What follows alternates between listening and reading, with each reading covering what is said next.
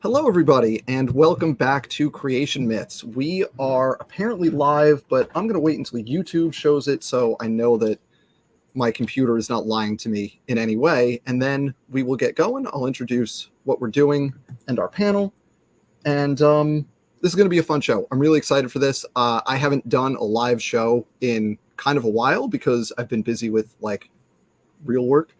So, and I really haven't done a show like this with a whole panel of friends in a while. So we've got a whole lot of the science team here tonight. And I think right now we're full, but we'll rotate kind of as we go.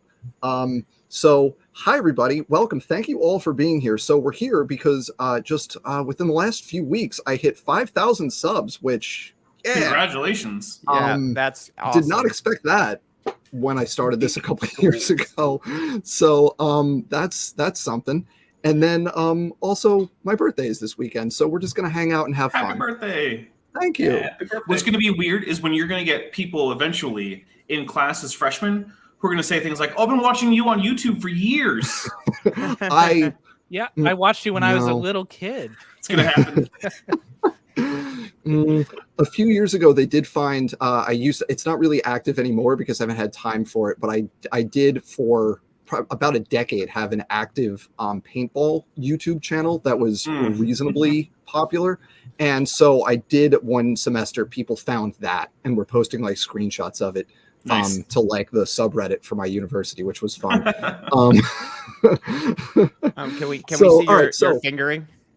That's not how I do it. I play pump, so it's the pace is very slow. Oh, I don't know the distinction. It's the honorable way to play paintball. Yes. See, Mr. Wilford gets it. Speedballers are a disgrace. He knows. All right. So what we're going to do today is we have two topics on the agenda. Plus, we have a little bonus thing to talk about because we were just going to talk about two things, and then something happened last night, and it was so much fun, and we have to talk about it. And Jordan was there, and our friend Erica, who will be joining us soon, was also there. And it was a trip. So we are going to start with kind of a question that people have asked me a couple of times, and I'm sure the rest of you here have gotten a similar question, which is, why do we do this? And then after we talk about that for a little bit, the second thing we're going to do, which I'm super excited for, is we are going to help the young Earth creationists a little bit. We are going to help them help themselves. We're gonna help them help themselves because their models tend to have some problems, and we are going to help them fix their models.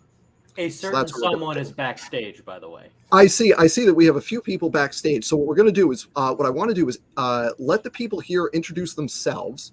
We'll talk I'll give a couple people time to say what they want, and then we'll rotate people in and out because we have a few people backstage that I want to get in for this first part, and we can kind of rotate people through because I have not paid for the premium version of StreamYard, so this is the capacity we have, everybody. Well, now that you're 5K subs, you gotta up that production quality, You can dodging those put me out first. All right, so why don't we AJ, why don't we start with you then, and we'll say, why do you do, because you do very specifically, you do a lot of stuff with our mutual friend Kent Hovind, right? You do a lot of Kent stuff, specifically dealing with him, and by extension a lot of the kind of fundamentalist and that kind of environment of stuff related to that. So why this? Because this is a weird little niche topic. So why do you do this? And take a minute to introduce yourself too. Everyone, if you don't know Atheist Jr., you should subscribe to his channel. Yes, thank you. My name's Atheist Jr., but people can call me AJ. That's my real name. That's my name in real life. I'm dyslexic, sorry. So the reason, I guess, more broadly that I sort of started doing the videos I do or wanted to is because I guess I feel like, there's people who say that scientists, they shouldn't debate creationists. And while I can see the argument why, I feel like, why not? because, well, they say, well, then you're bringing them down to, you're bringing that person up to their level. But if a scientist is going to engage in a debate with somebody like Kent, who is able to manipulate the audience to where they can make that person look, like they can't answer questions to the audience, or, look bad to the audience, well, then I think there's a problem where the scientific community is not able to connect with the general public and communicate with them effectively. And I love being an effective communicator. That's something I always try to do. And I think that if we're going to get the United States, because that's where I live, so I'm talking about that specifically, to be more scientifically literate, we have to learn how to connect with the general public and talk to them in a way that they understand and not talk down to them. So that's why, I don't have, a degree. I'm not a professor like Dr. Dan is, but I can still learn from people like you and sort of try to communicate stuff like scientific concepts in a way that I feel like people can understand, and also do it with a little bit of humor. And also, I guess, specifically the reason I target Kent has been just because he is a example of the worst type of person that lives in America. And I was thinking the other day, imagine if everyone in America was like Kent Hovind. Just like our country I refuse to do fall, that. It would be our country would fall apart in a matter of weeks, So I see his videos, and I know that it's what he's trying to do, but he challenges people like, oh, try to debunk me, try to debate me. And I know in a way I'm sort of taking the bait, but I like taking his videos and just saying, okay, because he asks questions that it can be kind of tough to answer, because it's hard to articulate what's wrong with everything he said, because you have to go through that and then answer what's the actual science, and learning that process of researching not only why he's wrong, but how I can communicate that, I think has made me better at doing this. And it's been a learning experience. And so, I do it for fun. Also, I've gotten into the court stuff. I will say that me and Paulogia are making a follow-up video to our video we did last year. That's going to be, we're working on that right now. It's so look forward to that. And that's pretty much it. So thank you for having me on. And I'll be one of the first to jump out, because speaking of that, I'm going to be talking to Cindy Lincoln on the phone tonight, because she's helping me with the preparations. And, shout out to Cindy Lincoln. She's a good friend, and she's been through a lot. And, yeah, that's pretty much it. Definitely. A lot of credit to Cindy for speaking out against Kent and all the goings on at Dinosaur Adventureland. And thank you, AJ, for doing a lot to publicize, what's going on there. It's not the kind of thing that ends up in mainstream news, because this is kind of a really specific topic that's not it's not a national thing. And I do want to direct everybody, if you haven't seen it, check out AJ's collaboration with Paulogia from last year. That was fantastic. Great watch. So AJ, thanks for being here. I'm just going to rotate people through, because again, I didn't pay for the premium version, so I can only have 6 people in here. So what we're going to do is, if I could figure out how to do this. So I'm going to put you down here, and we'll bring Erica in. Hi, Erica. Welcome to the show. And I want to go. So just to tease a little something we'll talk about later. So Erica and Jordan were last night, and then I also was involved in those shenanigans. We'll talk about that in a little bit, because man, that was a trip. Before we do that, though, I want to Dapper, you mentioned having some stuff, so I want to make sure that you get to talk about why you do this pseudoscience thing, and you're a much broader scope than a lot of people, because I do like the evolution and genetics stuff, and Erica does the anthropology stuff and the paleontology stuff, and like people kind of tend to have their things. But Dapper's a bit of a generalist, right? So yeah, I think so. So I do have my areas where I have more knowledge than other areas. So I'm pretty good with systematics, especially for dinosaurs, and I've been brushing up on my geology. But I ask our geology people, and Eric is someone I go to. I'm like, hey, am I getting this right about like hominins? Because I don't know. But so how it happened that I'm sort of the generalist guy is, for one, I never took the time to become specialized. So I didn't go and get a PhD where I had to like hyper focus on like, I don't know, like the mating behaviors of one subspecies of particular seahorse that live in this one little subsection of the Great Barrier Reef or something. So instead, I'm sort of like a sort of polymath. I have a lot of interests. I read a lot of things. I read papers and books about a lot of different things. But that actually started with me being a young Earth creationist who was interested in science and realizing that, hey, a lot of this stuff that I've been taught is just that's not true. So that was some PhD shade right there, is what that was. Look, here's the thing, right? 100% deserved. 100% deserved. That's exactly yeah. So the thing is, like, look, PhDs are invaluable because we need experts. But on the other hand, I do think there's some room, at least in science communication, for people who didn't do that, who just stayed like, broad and not like a mile deep, but maybe like, 4 or 5 feet deep. Yeah. I think that's valuable.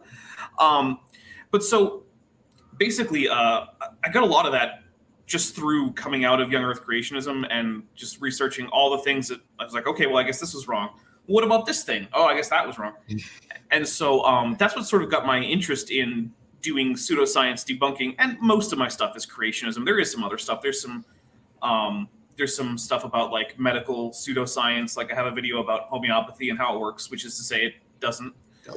I have some stuff about why masks are a good idea, why you should get, a vaccine, things like that. Why maybe some particular drug might have been approved for use in humans in situation X, but that doesn't make it a good idea to take it in situation Y. Like hypothetically, right? Hypothetically, if there was a pandemic of a novel respiratory virus and people and maybe you thought that some kind of anti-parasitic drug was going to help you with some kind of virus, maybe that's not going to work. Maybe don't do that because that's not what it does. Literally 1984. What do you know, Dan? Not like you're a doctor. Basically, so there's a bunch of reasons I do it. The reason I started the channel in the first place was I felt like I had sort of exhausted the anti-creationist stuff that I had found on YouTube. I was like, well, there should be more. And then I thought to myself, well, I could just do that. If I think there should be more of this, I can just make it happen. Sort of a very shallow version of the be the change you want to see in the world kind of idea. The version of that I know is if there's a book you really want to read and nobody has written it, congratulations. Yeah. That's the book you're going to write. Right. But sort of the deeper motivations of why I'm interested in it at all go into things like, on the one hand, I wish there had been more resources for me when I was in the position of believing in pseudoscientific nonsense. I mean, granted, they were sufficient, but it would have been even easier for me if there had been more, especially more in an entertaining vein. Because, when I was leaving young Earth creationism, it was like Talk Origins, which it's not the most entertaining read. It can be, but for the most part, it's fairly dry. But there's also deeper things like, and this is something we've talked about, Dan, where once you believe in one kind of pseudoscience or conspiracy theory, it tends to be that you're more susceptible to other kinds. Yeah, and on the face of it, things like young Earth creationism, on its own, it's not really all that harmful. If you think the Earth is 6,000 years old and that common ancestry is nonsense, on its own, those are not going to lead you to make any horrible decisions. But if on top of that, you now start thinking, well, maybe vaccines cause autism and maybe, dewormer is going to work to solve this virus problem, or maybe the less of a drug I take, the stronger the interaction is. Those are all things that could, in fact, harm you significantly right now. Like, you could die. And one of the things that we've seen in the last few years is that, creationists have a much higher rate of accepting medical pseudoscience and all sorts of other things. Yeah. In fact, I mean, even further than that, we've seen like the rise of the flat Earth movement, where people are just accusing the majority of the human race, apparently, of just being in a vast satanic conspiracy. And it's just like, I want to do something to help counter that. And of course, there's also the things like, I have fun doing it, right? And I like to be, I like to also entertain. Like, I like when people leave comments about how much they enjoyed this or how this helped them. I have people sometimes send me messages like, hey, this got me through a tough day because I was able to put on like one of your video series or one of your longer videos or something and just listen to it in the background while I had a otherwise pretty bad day, or some of them have been kind of personal, so I don't want to get too far into it. But I appreciate that I can help people just by providing some entertainment. I've recently had 2 people comment on videos about how they're going back to school to get degrees because I've interested them in topics enough that they want to now actually go get degrees in various things that I've talked about. So I just want to say thank you to ScienceHip96. I appreciate your generosity. Thank you. There you go. You can put that towards the upgraded StreamYard. I can put that towards upgrading StreamYard, but then I have to manage a room with more people in it, and I don't know if I can handle that. True. So yeah, those are some of the big reasons. So it would have helped me when I was little. Littler. I mean, I wasn't a tiny kid, but I wanted to see more the dangers of pseudoscience generally, and I like helping people out, whether it just be through plain entertainment or in more significant ways that have actually happened, which is amazing to me. Like, I never thought I would be the guy that inspired someone to go and get a degree. Like, what? But yeah.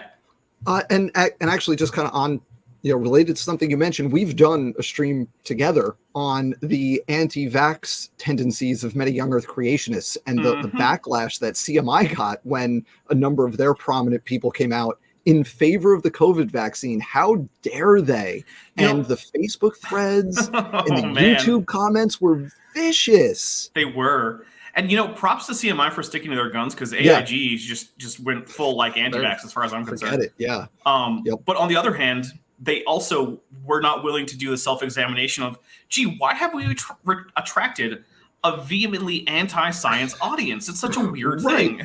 There was one particular comment that was the lack of self-awareness. It was from, I forget who, but it was one of the people from CMI or one of the pro-vax YEC organizations that was going back and forth in like YouTube comments. And one of the comments was so picture perfect because they said, if you accepted, it was something along the, I'm paraphrasing, but it was something along the lines of, if you understood and accepted how the science worked, this wouldn't even be a question. And it was just like, dude, you are 100% thinking of Sarfati because he was the one that was most Sarfati, you're right. commenters. Yeah, it was Sarfati. Right.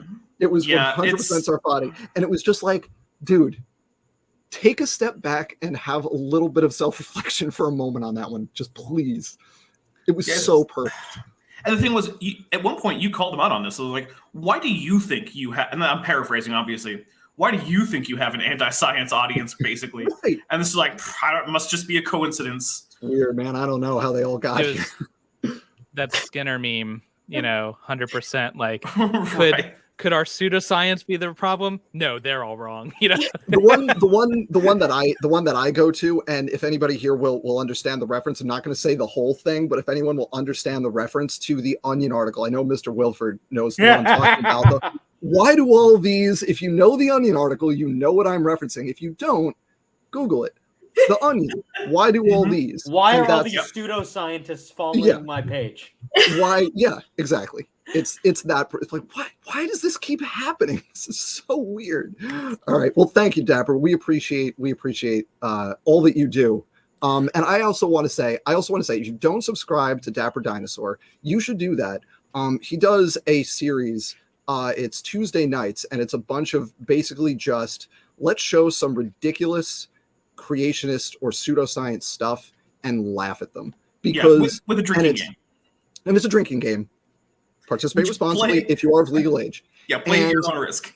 And it's great because it's Kent, it's Eric, it's Charles Jackson, it's Matt Powell, and it's great because it is the exact right response to these people, which is laughing at them. It is the exact right way to engage with them. They're not serious people, so I don't treat them seriously. I don't think, with the possible exception of I think Raw Matt, who also appears on the Matt Powell and Raw Matt go back and forth. Oh yeah, it's the Matt with Maddie series. Yeah, he's the only one who I've ever given anything close to like an actual written out critique of, and it was still mostly just me pointing out like, hey man, you said this thing doesn't have molars. Or it doesn't have molars. You showed the molars on your webpage that you're writing this in. What are you doing? Like, this is the level that we're at here. So they're all the people who I'm like, it's not worth like a thought out script where I sit here and consult with people and say like, hey man, can you find a paper? Because it's all just so bad. It's like Dr. Charles Jackson saying all bacterial infections should be treated with broad spectrum antibiotics. Like, no.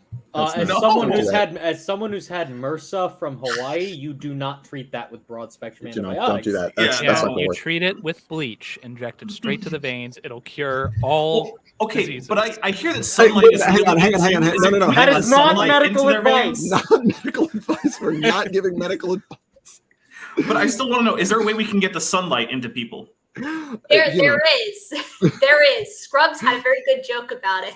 Oh Doesn't man! it have a light bulb? All right, I'll back out to let PC in. So I want to. All right. So let me just say, thank you to Scott Duke. I appreciate your generosity. I always appreciate your comments and your participation over on Speed's channel is wonderful. And I said this to Scott at some point recently. He should rant more over on Speed shows because he, just go off and it's great. So I encourage that. I encourage that behavior. All right. Thank you, Dapper, for being here. We're gonna add Dr. PZ Myers to the stream. Hello, sir. First time here. So I have to just tell everybody who I don't know if people are. You're probably aware of PZ if you're aware of me, but PZ Myers is one of the people who kind of got me into this way back in the early days of 2004, 2005. The lead up and then the day to day of the Dover trial. So having you here in a stream is a little bit surreal because I was reading your blog when I was learning all this stuff almost 20 years ago. Well now I feel bad because I'm here to bring you down because I'm the old jaded cynical guy. Yeah, it's terrible. That's okay. So the rest of you are young and fresh, so you'll make up for me. We're still enthusiastic about it. So Mr. Wilford, sorry, I'm just going kind of around, kind of as people move around. So Mr. Wilford, you're geology focused. Very famously had an incredibly entertaining debate with our mutual acquaintance Nephilim Free a couple of years back. And so why do you put yourself through that? Mr. Wilford, are you here? He was shocked into silence. You mentioned Nephilim Free and the trauma. He heard Nephi and got the 1,000-yard stare. He's having Vietnam flashbacks. Bombs going off in the background. All right. Let's let Mr. Wilford get back here in a minute. TD Lane. Oh, no, sorry, I'm back. Oh, you're here. Yep, sorry about that. Embarrassing. Didn't realize it was going to be that quick. Sorry, I thought I had a long monologue with I'm so sorry. I could sneak away real quick. Me, a long monologue? Oh, no. Sorry, I'm one of the younger people in this crowd. I was never really part of your blog or any part of that crowd. Sorry, Dan, was that a little too pointed? No, I'm old. It's fine. I turn 36 tomorrow. Just remind me how old I am. It's fine. No problem. Hey, we all love you. I'll be your patron tomorrow so you can afford the premium room. People are just gonna rag on me the whole. Anyways, I didn't realize I joined a Comedy whole Central night roasting about not session. having room for. I gotta be honest. I'm one of these people that represents the shallower end of this. I have a generally low opinion of the ability of people to change their minds on subjects, both due to dealing with just people in my general day-to-day life as well as my own family. For instance, I was once telling my grandfather about how difficult a Chemistry 2 course was for me a couple of years ago, and he asked me why I would ever need to know more than how to find my way home and find my way to a restaurant. Like, why would I care about learning anything more than that? And I realized that is unfortunately the mindset of a sizable portion of the general public, and that has significantly made my motivations more shallow, to say the least. This is honestly just a hobby for me. This is something that distracts me from, say, I'm in the middle of a dead-end shift at Staples and I'm tired of restocking the shelves for the 15th time. Well, I can think about why Jeffrey Tompkins says there's a functional gene in the middle of chromosome 2 and refuses to address the fact that every other gene in that family is only found at the end of chromosomes. As a geologist, even I know that's a big red flag. So, yeah, it is a useful distraction to me from day-to-day issues, and really, that's not much more than that. I hope that doesn't bring the tempo in the room down too much. No, not at all. And you touched on a really important point that I think we agree on, and I think a lot of people that participate in this agree on, which is that, like, I respond to people like Dr. Nathaniel Jeanson or Dr. Rob Carter, whoever is doing stuff at the big creationist organizations. I'm not going to change their mind. Like, that's fine.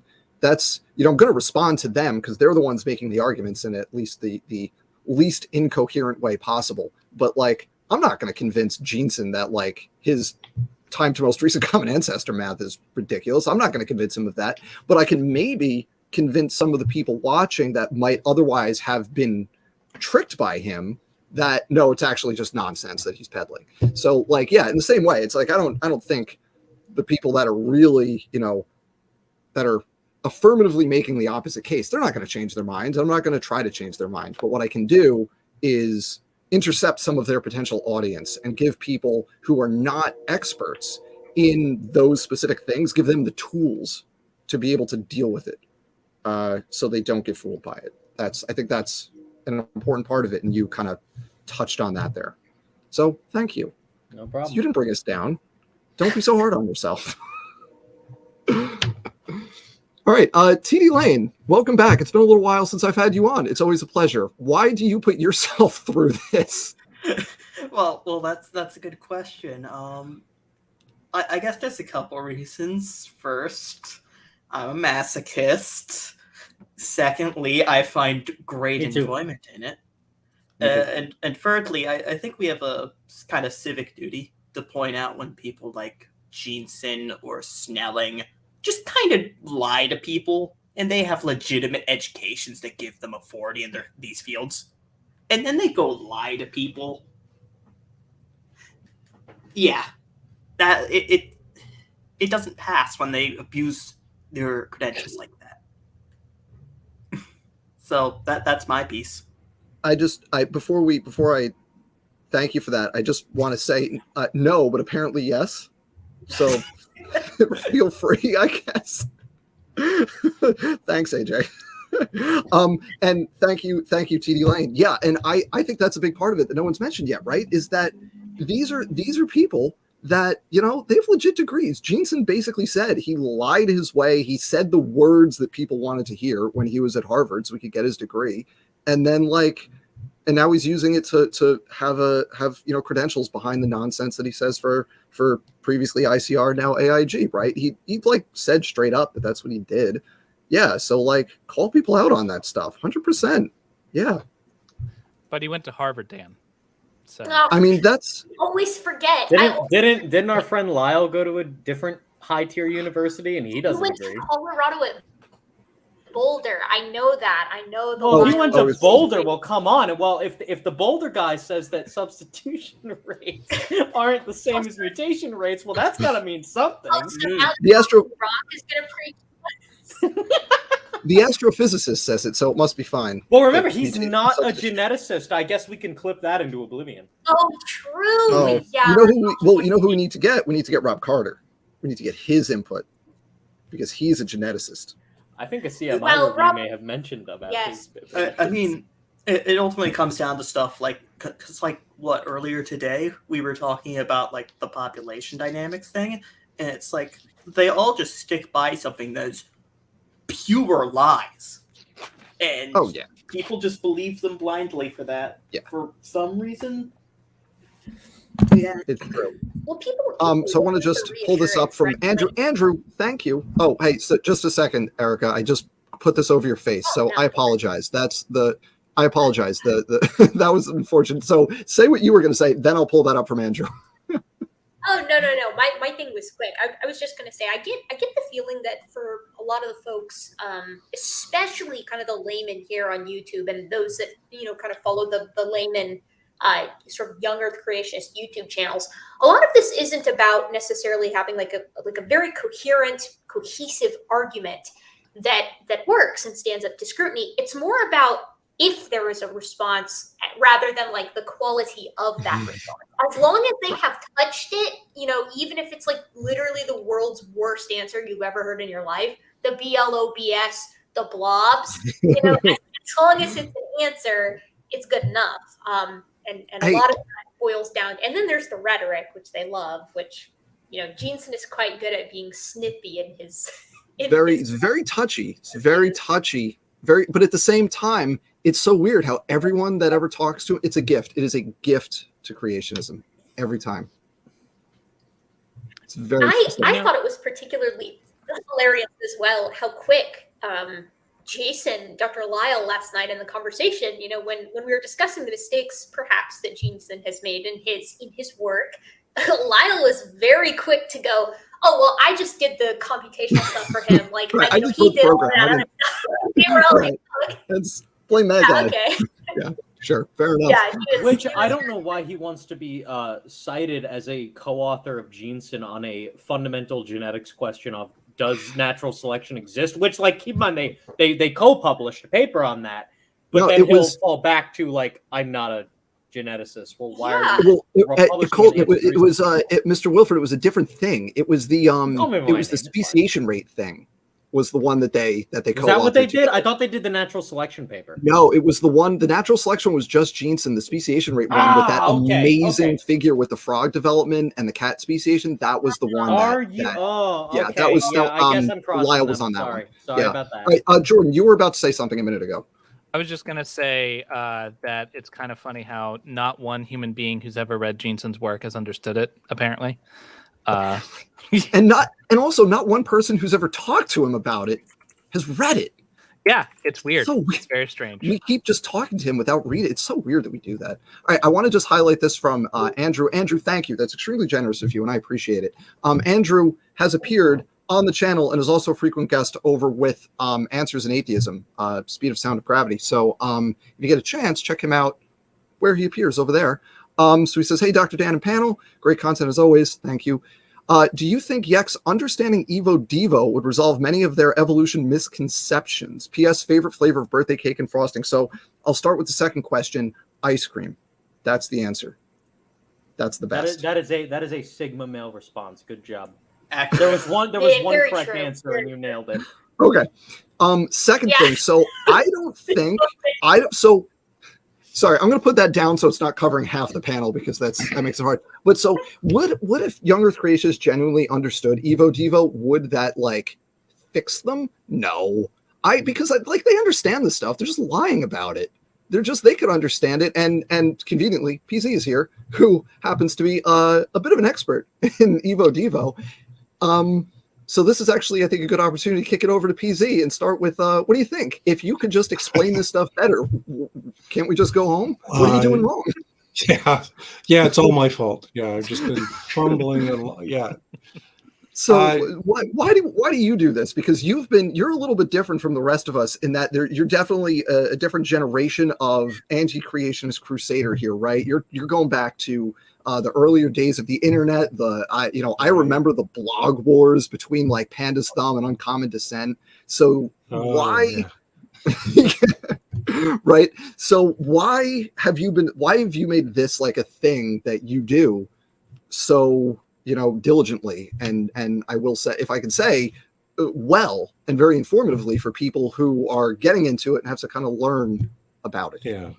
Well, what I can say is, first of all, Dapper Dinosaur was wrong because he suggested that this, just creation, that's not going to hurt anyone, because the reason I got into it all was back in the 80s when I started teaching. It's the same thing as it is now. There were preachers who would harangue my students outside of class and tell them that they're going to hell because they're listening to those evolutionists in the auditorium. So that's where it started, is trying to deal with that kind of stuff. And I moved to Minnesota in 2000, and same thing. First day I go to teach, there are posters outside the auditorium where a youth pastor was encouraging people to come meet with him after class, and he would show them some Kent Hovind videos. So there is a deep burning rage in here about creationists. So that's my real problem. Do you think they got their money back? Do you think that they did Kent Hovind's? He'll send you the 50 videos and then you can send them back and get all your money back? That group peoples? These were people who would happily donate all that money to Kent Hovind or Ken Ham. So unfortunately, we don't have that on my campus anymore. That seems to have fallen out of fashion in my degenerate liberal town. Instead, we have Uncle Sam posters all over light poles that say, "Are you a socialist? Well, come debate us." Oh yeah, Turning Point USA is. I guess that's them. Yeah. Yeah. That's it. USA. Well, we had one. Oh, go ahead, Easy. Sorry. I was just going to say. No, mine was fast. You. Okay. I think the reason my little liberal town has shifted is because I'm here and they're terrified of me. It's got to be a beard stronger than mine. That'll do it. Yeah, You're one of the you have one of the boogeymen in residence there. So watch out. When the local churches bring in somebody from AIG or whatever, and they do this fairly regularly, I can put a hush on the room just by walking through the door. It's really that's power. That is power, right? That is. Except that then I don't cause any trouble. I just sit there with a notebook and scribble things. So I'm sure the aura of 1,000 they sense a disturbance in the force. I hope you realize you're actually just Darth Vader at that point. Yes, that's kind of cool, actually. He's just standing there menacingly. Just yes, look how menacing this face is. It's terrifying. Menacing. Yeah. All right. But then about the Evo Devo stuff, in the early days, early 2000s, late 90s, one of my great opponents was a couple of people, Jonathan Wells and Paul Nelson. DI. They were both pushing developmental biology hard and getting it wrong.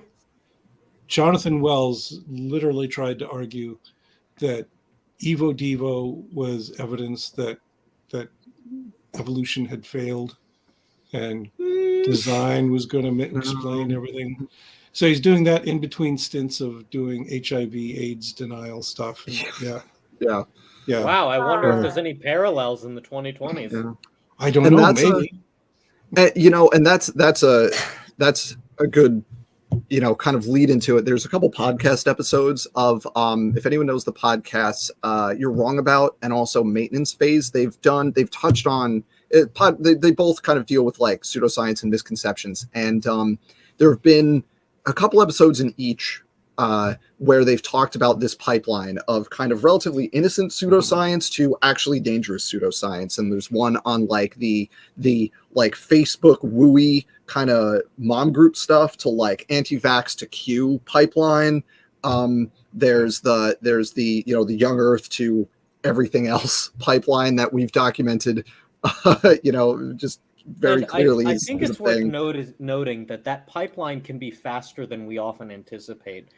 There was recently, just last month, there was a story of a girl. She posted it on Reddit, and then it was confirmed by a couple of local news sources in her city, like a few hours later, that her dad, over the course of like 2 months, had went from just normal, fun-loving, centrist-leaning kind of libertarian guy, and then his wife cheated on him, so he fell into the QAnon rabbit hole for as a coping mechanism, and he ended up like trying to kill his entire family. I saw that as well. That's an extreme case, of course, but that's but it can happen. But it's amazing how rapidly things can degenerate if you don't have a firm grounding at the start. Of course, it's clearly the fault of the woman for leaving him, right? Well, obviously, the weaker vessel, as it were. And yet, for some reason, this guy's we'll get to it. Don't worry, we're going to get there. For family dog. Why? Who knows? Maybe the dog was in on the lizard conspiracy. I don't know. But all right, let's try not to get my channel banned. Can we just make sure we don't get my channel banned? That's the goal for this, okay? Just don't. Oh, what, you don't want to talk about the Delaware airport or whichever one it is? All right, so thank you. All right, thank you, PZ, and thank you so much for being here. I really appreciate it. I hope you can stick around and help the creationists fix their models a little bit as we get into our second half, because they're irreparable. Don't tell me. I hope everyone here has thoughts. I know I've got thoughts of how to not be so bad at this. All right, Erica, you deal with all the human evolution stuff, so you get a really interesting kind of mix of things thrown your way. So why do you make this your thing? Like, you have real stuff going on. You're in grad school. You've man, I can't even tell you how exhausted I am all the time right now too, because I'm doing early dissertation stuff. I'm trying to get a poster ready for the ABAs. I'm doing head TA stuff. I've got my regular TA stuff, and then the YouTube is just the cherry on top. So it's just like I'm swamped all the time. But the good news is I feel very lucky, because I'm like at the cutting edge of the human evolution stuff, the biointh and primatology stuff. Like, a new paper is like right on the crest, and everyone's talking about it. I get a lot of different perspectives. But yeah, man, the reason I started doing it was, and I've talked about this on other channels. I mean, you guys know this story, but for the people who are in the audience who may not, it started when I was working at a vet clinic in my hometown, and one of my coworkers was like a staunch Answers in Genesis guy. He's the guy who first lay before my retinas replacing Darwin, actually, and I got to see it. He brought it into the Starbucks, and I see this thing, and I'm like, oh boy, I have a feeling this name is going to keep coming up. So we proceeded to get coffee once a month or so. Sorry, go ahead. No, I was just going to say that ultimately led to you coining the term gensoning, which could you possibly explain that for everybody? Because this is actually, I have seen that term pop up in the wild in comments on my videos now. So that is a term that people got from you that now it actually does pop up organically. Oh my God. Yeah. Well, you tell me the definition, Dan. I'll tell you. All right, so my understanding of gensoning is very confidently making a proclamation that makes sense given the words that Jensen says. It's always because it's Jensen. So, but then if you look under the hood for 2 seconds, and actually none of it makes sense at all. And the quintessential example of this is one of his papers, his AIG blog posts. One of his AIG blog posts. The supplemental is a single Excel spreadsheet. It's like a couple little tables that are like 4 by 3 cells. That is the entire supplemental for this paper that calculates like all mutation rates, and it uses a bunch of sequences and this and that. And at the very minimum, if you use sequence data in a paper, you have to provide the sequences, right? That's like the bare minimum. And his supplemental is literally like a couple Excel tables and a formula at the bottom with like minimum and maximum range, depending on which cells you multiply together. And it's like that. That's my understanding of the term gensoning. It's just like, here it is. It's dead on. But what is it? It's nothing.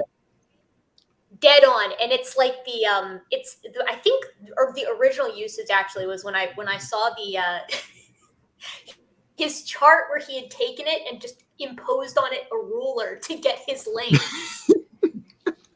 Classic. That was the first one.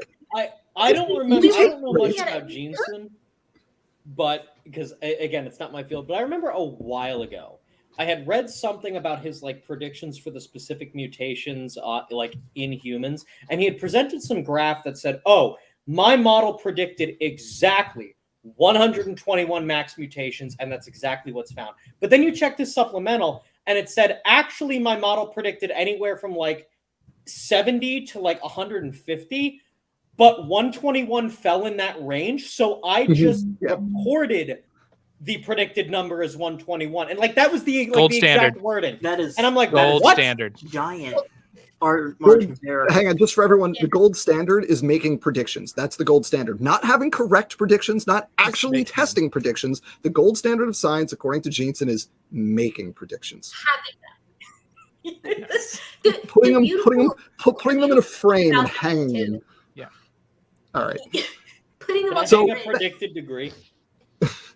Thank you, Erica, and we're delighted to have you here. And if people aren't already subscribed to Guts at Gibbon, I doubt there's anyone subscribed to me that doesn't already know you. But if for whatever reason you're not, go subscribe to Guts at Gibbon. It's fantastic, and just go for the paleontology and the anthropology, and stay for absolutely roasting the young Earth creationists. So In the nicest Jordan, way The possible. thing that it's the same thing every time, right? I'm gonna hop back out and hop back in because I think I got a delay going on over here that's pretty rough. on okay, cool. everybody. We'll Hold see on. you. We'll see you in a little bit. Okay, Jordan. So now you do all this stuff too. You have a podcast and everything. So feel free to plug yourself and tell us why in the world you sit through things like you did last night, which we'll get to. Everybody.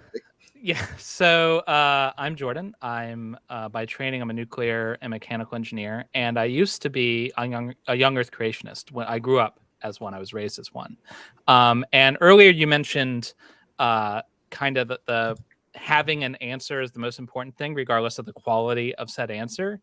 And that hit very close to home for me because even though I've always been like an inquisitive person, I always wanted to know the answers. I was never really taught the way to pursue them. And so like I'd have questions like, man, the second law of thermodynamics seems like a very basic thing for physicists to not understand. Why don't they understand it? And then I would go look to AIG and they'd have an answer and I'd be like, oh, I guess it's good then. And like literally I just wouldn't go any further. You know, it was looking back, it's crazy to think that that's how, you know, there was like a wall there. But and it wasn't until a coworker of mine, like I was talking to him and he was like, well, read this book. And he handed me a book, Language of God by Francis Collins.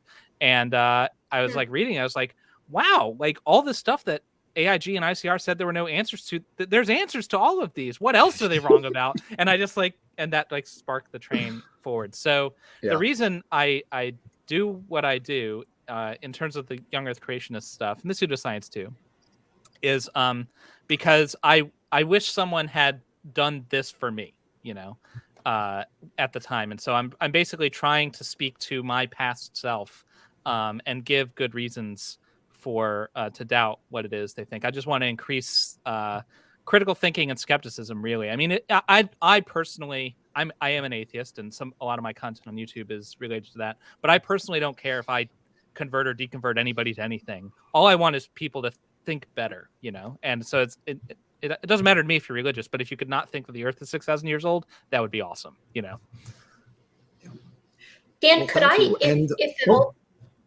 Oh, sorry. I was Go right just ahead. gonna Yeah, say, that way. That's you. You're over there. Yeah. Sorry, I like scrambled us all around. I realized I didn't even say like why I do this. I was like, here's my backstory, and then I didn't even say why I do this. It's actually very similar to what Jordan said, and you know earlier what you were saying and what Mr. Wolford was saying as well, right? Like when you're in this for a very brief amount of time doing the young Earth creationism, you know, exploration, shall we say, you very quickly find out that like they'll throw out, you know, these papers or these arguments, and oftentimes, you know, 8 times out of 10, let's say, you know, 80% of the time, there's something on Talk Origins or someone's covered it before. But you know, a percentage of that, no one has gone out and actually compiled the answer to it. You know, preferably with your annotated bibliography right there, ready to go. And I ended up, when I was, you know, arguing with young Earth creationists on the Debate Evolution subreddit, I realized that like a lot of this stuff I didn't have the sources handy for. So I was like, well, if I'm going to do all this work for myself, compiling, you know, the answers as to why we can trust plate tectonics, for example, and I'm like going down the Right. dynamo rabbit hole or something like that, I want to have all of that ready and available online, easily accessible, so the next person comes along who's having that same argument with one of their friends can just Google it. It's already ready for them as a resource to utilize. I loved how Talk Origins did that. Yeah, and so Debate Evolution was kind of my jumping off point for that. And then, you know, as happened to everybody here, it's like, well, what's the next step? YouTube. Why not? Yeah, it's so funny because a bunch of us started at Debate. I did. Colton was over there, and a few. it was a lot of people. We all first encountered each other on the Debate Evolution subreddit, and for a long time, this is a fun fact about this one. For a long time, Erica had, I keep getting the left and right is impossible on this. Erica had the #1 ranked, if you sorted by top all time on Debate Evolution. Erica's massive thousands of words post explaining in excruciating detail why radiometric dating is reliable was the #1. It was I don't think it is anymore because it's now probably 4 or 5 years old, but it was for a long time. That was the #1 post on there. And I still have that. Anytime anything radiometric dating comes up, I'm just like, here, done. I don't have to, I got nothing. It's all there. The end. So mission accomplished. Yeah. I'm so glad to hear that, because like that argument, that singular post took so much physical book resource hopping. I had like 4 different geology texts. Some were written by, obviously Grand Canyon Monument to an Ancient Earth. I had the Bible Rocks in Time. I had Young and Steely, let's go. I love Young and Steely. Yeah, Young and Steely. Those I guys. have one of those. Those guys knock it out of the park too, because it's two theists, and they absolutely annihilate some of the classic arguments that I've seen in ways that I never even considered. They go down evaporites, where we're talking about every different type of dating, all the way. That was what explained to me how isochron dating even worked. I didn't understand isochron until I finally read that text. Very good resource. And yeah, it really is. And it was so nice. Like, I was so glad that was so well received, because to me, that was like, oh, good. people are getting use out of this. And it was my 1.5 probably very active years on Debate Evolution. I was finally like, you know what?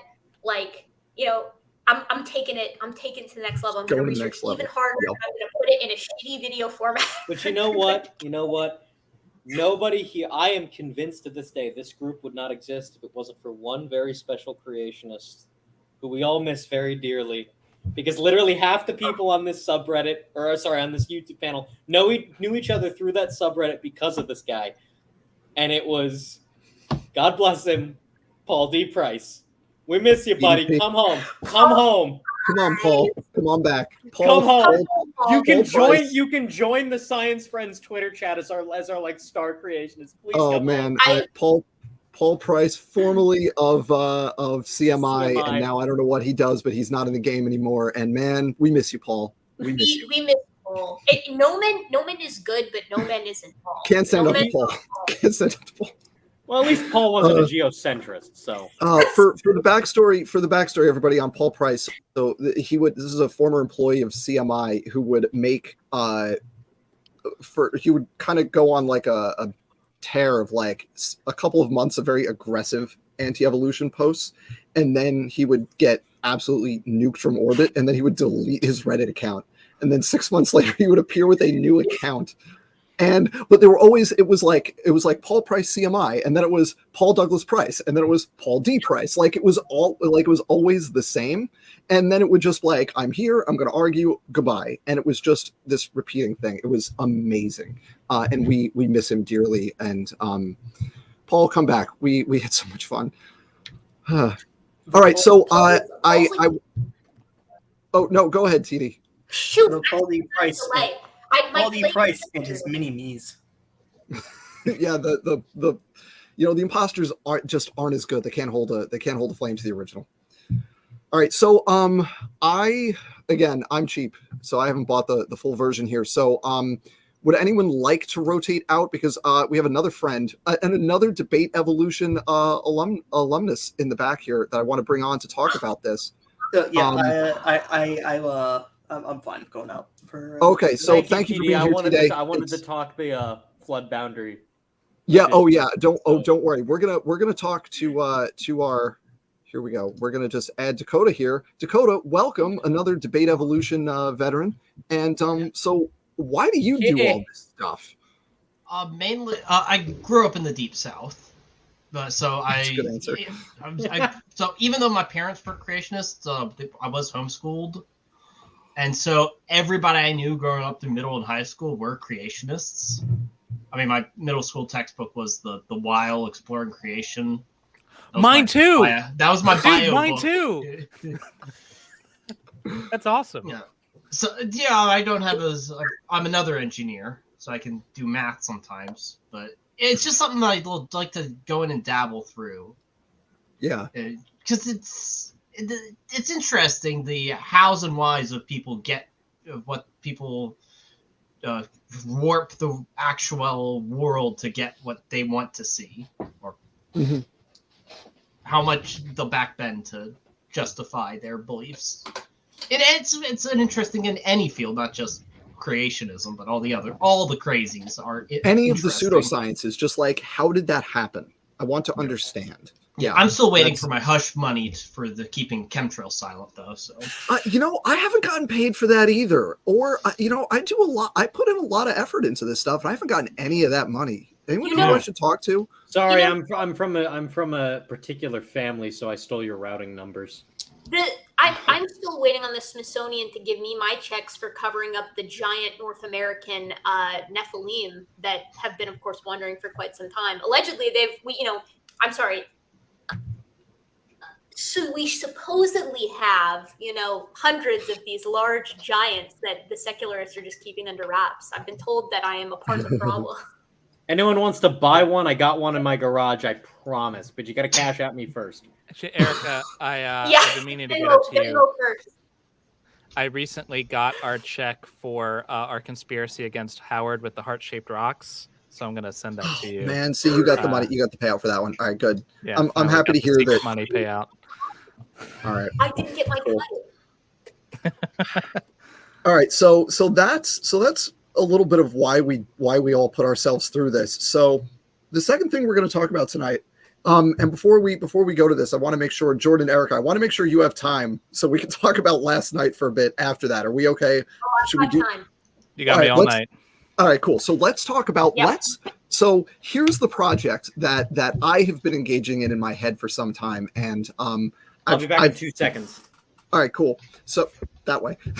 So I've thought about this question a lot, and the question is, how can we fix the young Earth model? Because we've all seen their arguments for it's out of Middle East, not out of Africa, and the time's most recent common ancestor, and one of my favorites is the Neanderthal thing of no, they're separate because hypermutating, but it's weird. We have better answers for we can come up with better answers for all of these things. So what I want to do here is I want to go around the horn and just pick a problem where they have a bad answer and come up with a better answer. And I'm going to go to Jordan first here because I know Jordan came up with something specifically for this, and I can't wait to hear it. Yeah. So before I jump into that, I realized I'm terrible at this. I do have an actual YouTube channel with its Reasoned It Out. If you search Reasoned It Out and you find a very talented group of hip hop artists that is not us, keep going. We're the next one down. Anyways, so wait, Jordan, just one quick thing. I just added you as a moderator, so you can put the link in the chat if you want. I'll do that after I explain this model. So Dan asked me to come up with a better creationist answer. So I was thinking of the problems that I've addressed, and the heat problem is probably the one that I've put the most work into. And so I came up with my own heat problem model. I call it the accelerated decay heat obliterating creation model, or ad hoc. And for those who may not be aware, yeah, it just worked out that way. Crazy. Yeah, weird. Yeah. So for those who may not be aware, the heat problem comes, or this particular heat problem comes, because there's a lot of evidence of radioactive decay in the crust, billions of years worth. You can see that in radiometric dating, the Oklo phenomena, naturally occurring nuclear reactor, among many other things. Yeah. So to explain this, one of the ways in which creationists often explain this is by accelerating the nuclear decay. They compress it usually to Noah's flood because it's catastrophic and you've got all that water. And they say, okay, all of the decay happened during the flood.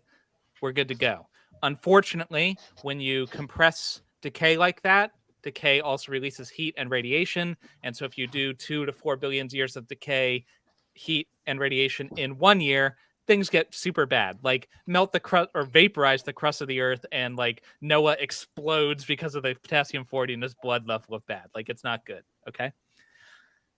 So none of the answers we've gotten from them anywhere close to sufficient. Like the usual methods we get for like reducing the heat is like hypercanes, and if you like, I did the math. You can see the debate. It's on Erica's channel too. Like it's like fractions of a % of the heat. It's nothing, right? Okay.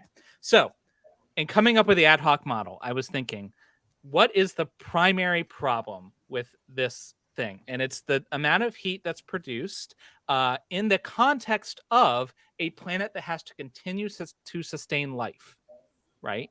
Because there was a lot of heat produced, like the early Earth was very molten, but there's no life around, so it didn't matter. So it's like, okay, we're constraining ourselves to the young Earth model when also is there no life? Creation week.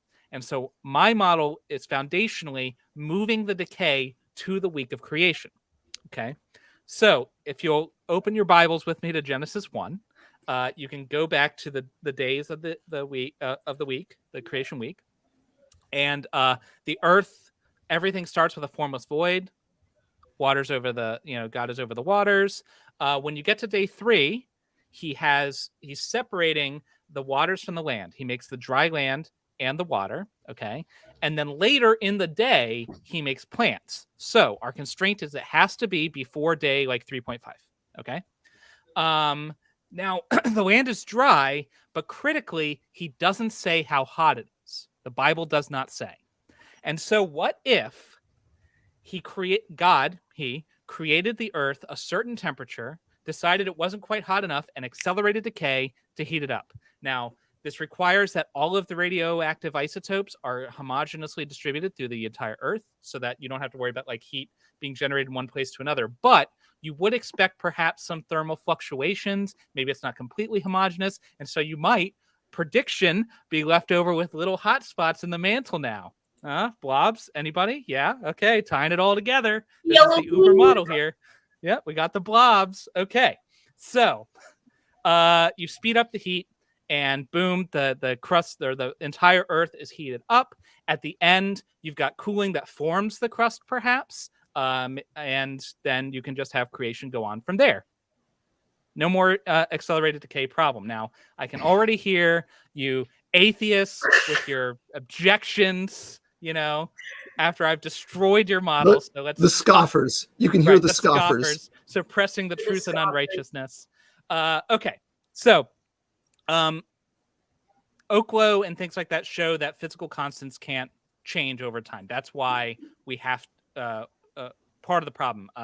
The Oklo nuclear reactor, because of the distribution of fission products, you can see that things like the fine structure constant didn't change. So 2 billion years worth of decay had to happen without changing the fine structure constant. Well, what if we just changed time? What if there was perhaps a 5th dimension?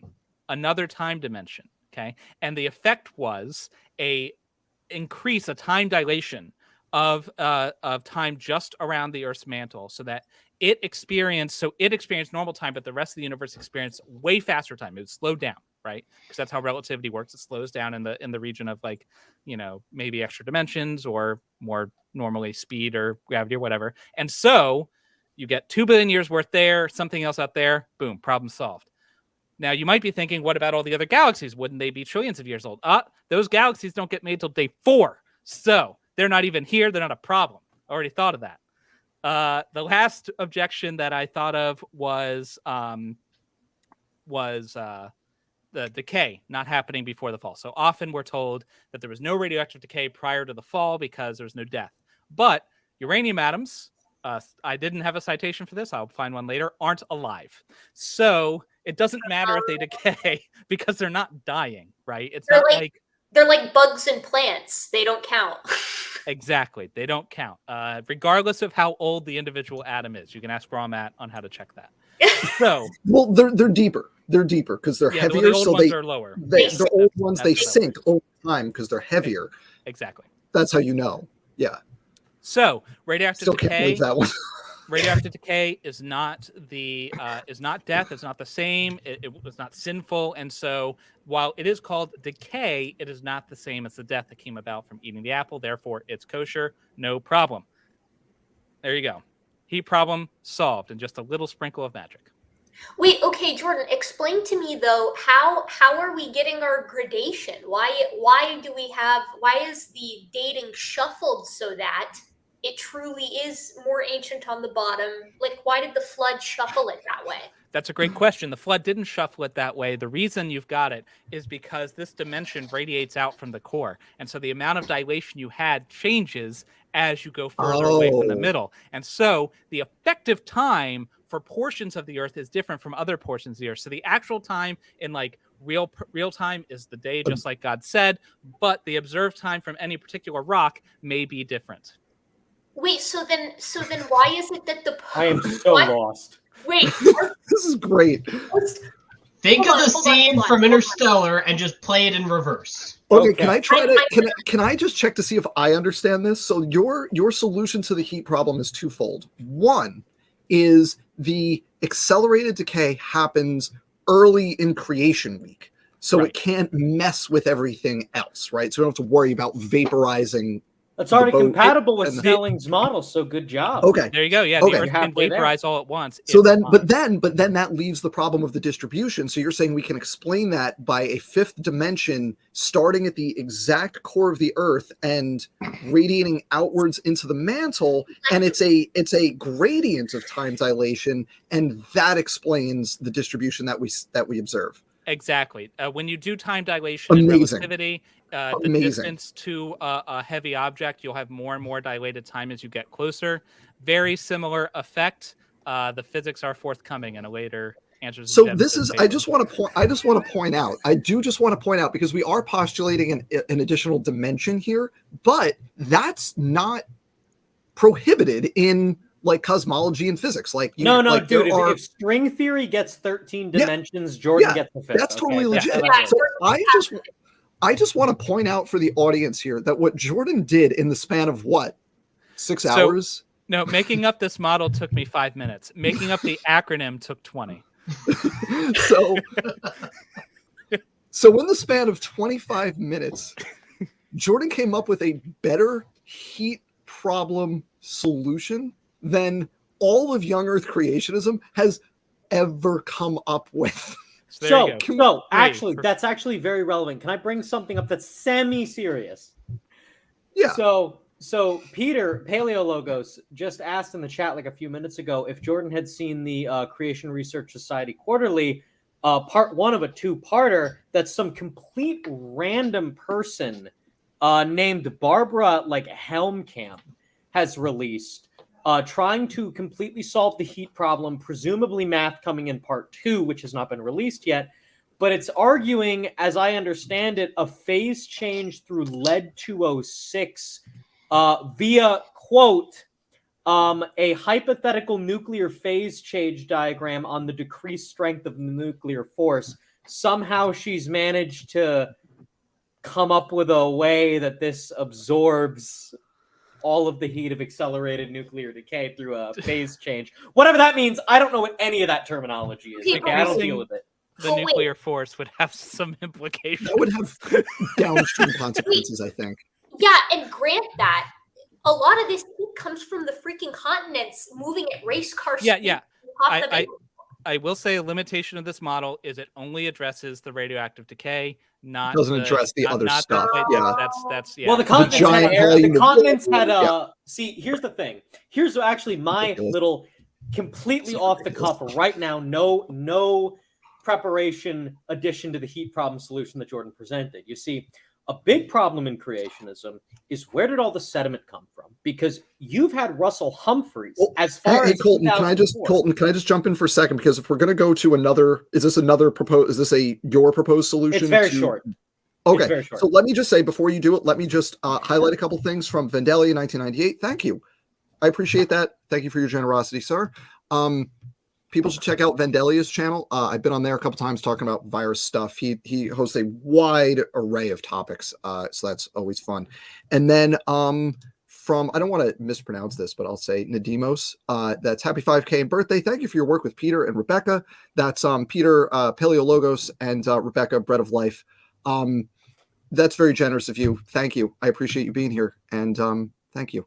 So Colton, take it away. Sedimentation. What's your solution to? So what's with your the heat better problem model? there's also an additional problem that creationism has, which is explaining the volume of sediment on the Earth in the sedimentary rocks we see. Because if you had purely like mountain ranges and metamorphic and igneous rocks, even Russell Humphreys during the RAPE project admitted there probably isn't enough time during the initial phases of the flood when it was the most violent to grind those pre-flood mountain ranges into pure sediment to then turn into those layers. So they came up with the idea that God probably just made giant stockpiles of loose sediment all over the Earth. And no, that is not a joke. That is exactly what they said. And so limestone. I propose that these were strategically placed during accelerated continental drift to act like airbags. Oh! And they absorb the impact, and then the blowing up of them into the air comes down into the big ocean basins, and that creates the sedimentation. It's not just airbags. It's like graphite. When you're lubricating, you lubricate with graphite. Same thing. Yeah. It's your one-stop solution. There you go. Guys, Man, You did it. Call up AIG. We got this done. You did it. So if you lubricate, then that decreases the heat, but it also deadens the impact. And helps the spread of sediment over such a wide area in such a short time. There you go. Yep. Wow. Beautiful. I deserve overtime for that. Ken Ham, I expect my check in a week. Write that down. Write that down. Oh my god. That is fantastic. I just came up with that, love by the this. way. I never thought of I that love ahead of time. Not at all. That's amazing. All right. PZ, I don't know if you had been thinking about any ways to fix the creationist problems. Let's pretend you're a young Earth creationist. How are you going to fix one of the things that they have a bad explanation for? If you have well, I have a different perspective on all of this because I think part of the problem is us. That why are we bothering to think of these bullshit rationalizations for the bullshit claims of creationists that they're it doesn't matter. I don't care about polonium halos or Lucy's knee joint or sediments or any of that crap because none of that is at all influential in how people think about creationism. Creationism comes first, and then everything else is post hoc justification. So, yeah, I mean, Jordan and Mr. Wilford gave great examples of that. It is so easy to just come up with this crap. Right. And what you're saying is we need to deal with the mindset of creationism's right because I can hit you with a rock. I think it's deeper than that. We have to deal with deeper than that. Wow. We have to deal with a psychological issue that human beings like these kinds of explanations. Yeah, that's fair. So I think the answer is we have to go kill Jesus. Get a time machine, go back, wipe out Jesus, Muhammad, all those others, Moses, everyone. And get humanity back on track. That's the only answer there is. So we're gonna join Dark Brandon and kill God. All right. Well, so the problem with that one, you could do a Philip Pullman, right? But the problem with that one is that you end up with. Are you familiar with anyone familiar with the comic Saturday Morning Breakfast Cereal? There's a classic time travel one of those where it's a guy. He comes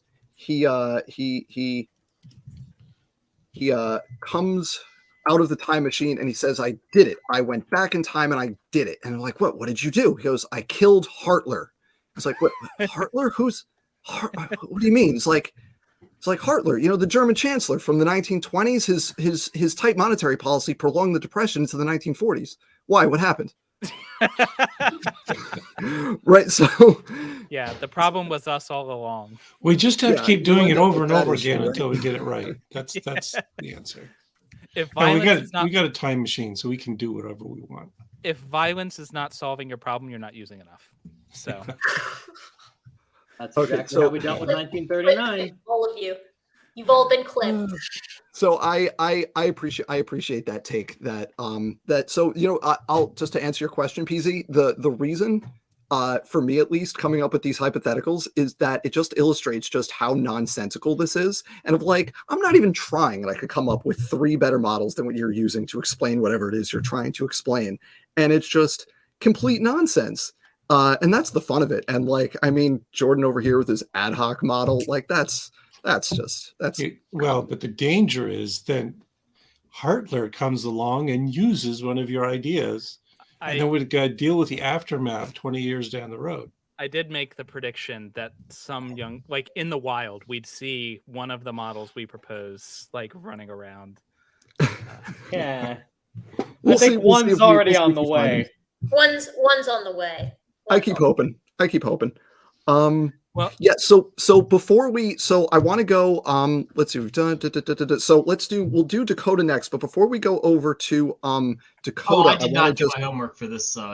Oh, if you didn't do well, we. Sorry. So if you want to think for a few more minutes, or just we could just skip you, it's fine. But if we'll go to Erica in a minute. But first, I want to just bring on somebody very important who has never appeared on this channel before, but who is integral to making it work. So this is Abby. This is my wife, Abby. She is has been. Oh, sorry.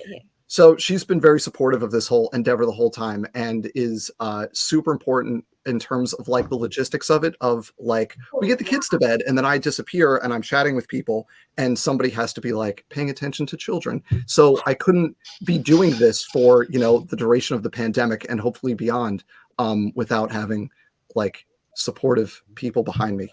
So and you're gonna give me diabetes here. and Abby brought birthday ice cream, which is great. So while people are talking, I will potentially it's chocolate. That means she's a bad I may wife. turn my camera off and eat ice cream while we're chatting here at some point. As I mentioned before, what question did we hear before? Preferred birthday cake flavor, and what did I say? Ice cream. You said ice cream. I said ice cream. He doesn't like cake. So I don't know if perfect. you can hear me or not. There we go. So just wanted to introduce Abby to everybody because Abby is wonderful. Thank you. It's a pleasure to meet you, Abby. I don't know if you can hear They're me. teeny but- tiny. They're teeny tiny. We have tiny little birthday ice creams. Oh, they're Cheers. so cute. All right. Oh, I'm going to turn my camera off and eat ice cream for a moment. But Erica, tell us about the young Earth problem that you are going to fix and what your better solution is. Okay, so I've been mulling this over, and I think I have a solution for some, at least a few of our transitional species. So first, I think that young Earth creationists need to just be okay with the similarities that humans have with other primates. I think it needs to be just like a common design thing. And I think the line needs to be drawn in a different place than they currently have it. Right now it's around Homo erectus. Homo habilis tends to be up in the air. Same with Australopithecus sediba, as far as what is in the human kind versus what is in the ape kind. I think we just push it all the way past the Australopiths. I think Lucy, I think all the Australopiths, they're in the human kind because they're degenerate. They've got post-flood degeneration. And that way we can, they're already doing it with the Neanderthals, right? At least AIG is. Peter and Tudwood are exempt from this. Paleoliths is exempt from this. But I see too often that, the Neanderthals, they're just degenerate humans. Why stop there? Why bother? I mean, just take it a little bit further and make it go all the way to Lucy. It could even be like a direct Cain lineage if you want it to be. So that's how I'm solving it. So you're saying that after the flood, we started as like anatomically modern humans and degraded, and that's why we have these fossil forms that get progressively more divergent. Yep, the humans. Can I as just a pesky geologist who cares so much about just relative stratigraphic order? I know radiometric dating is unreliable, but just the relative order means something. Oh, of course. Why does your model predict the backwards arrangement of what we see? Well, very simply because genetic entropy started after the fall. So some of the individuals, perhaps, there we go. They didn't come onto the boat. There we go. Okay. Yeah, I was just about to ask if this was an example of genetic entropy. And There we go. I see it. I'm leaning into the Sanford solution. Now I have to ask about the Sanford solution, and again, I know I'm just a pesky little geologist, but Yes, of course. doesn't he have in his book a diagram of the rate of genetic entropy, and it shows there was barely none until after the flood? I mean, how do you challenge that graph that says that Jesus died of natural lifespans, 33? Right, the lifespan graph, yeah. Mm-hmm. And remember, he did say that Jesus died of natural causes at 33, even though he was crucified. But well, think. I mean, it's pretty natural to die after crucifixion. To be fair, that was tackle, Mr. Well.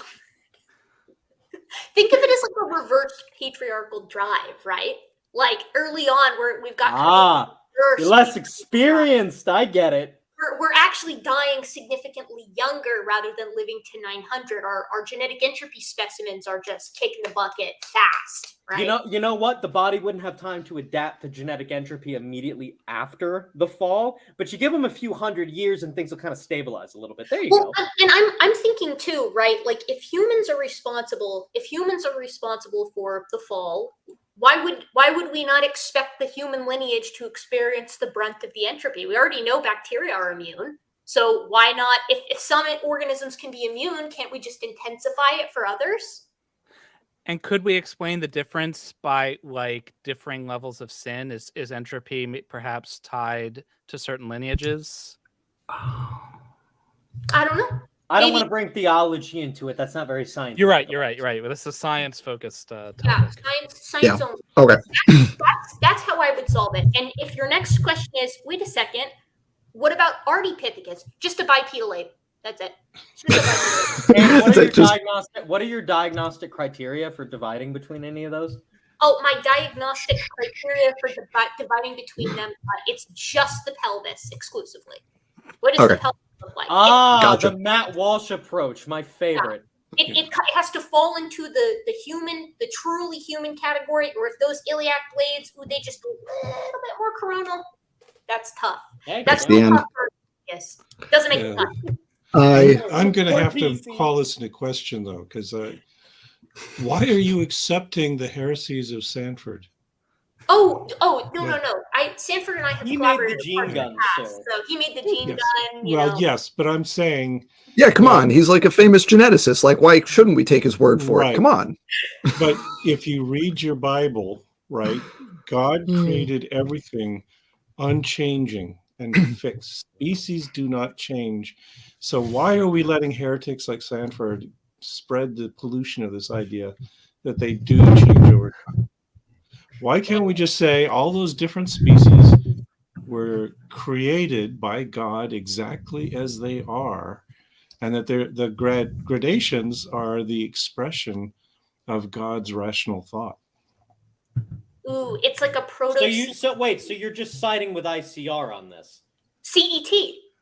I'm siding with Oken and the Natur philosophy. He's siding with Scripture. Excuse me. Which so ICR is the top dogs. Okay, understood. Yeah. Because they care about Jesus and they don't believe in any natural cause to anything at all. Yeah. I don't know how that managed to get a hold over there. Like they're pushing that CET so hard. Oh, because their top guy used to be a biologist and then he died and then an engineer took over and it turned into CET like within a year. Engineers are the worst. Dakota, you have something to answer for. Yes. The worst. It's me and Jordan's fault entirely for everything engineers do. And we accept it because we know we deserve it. Absolutely.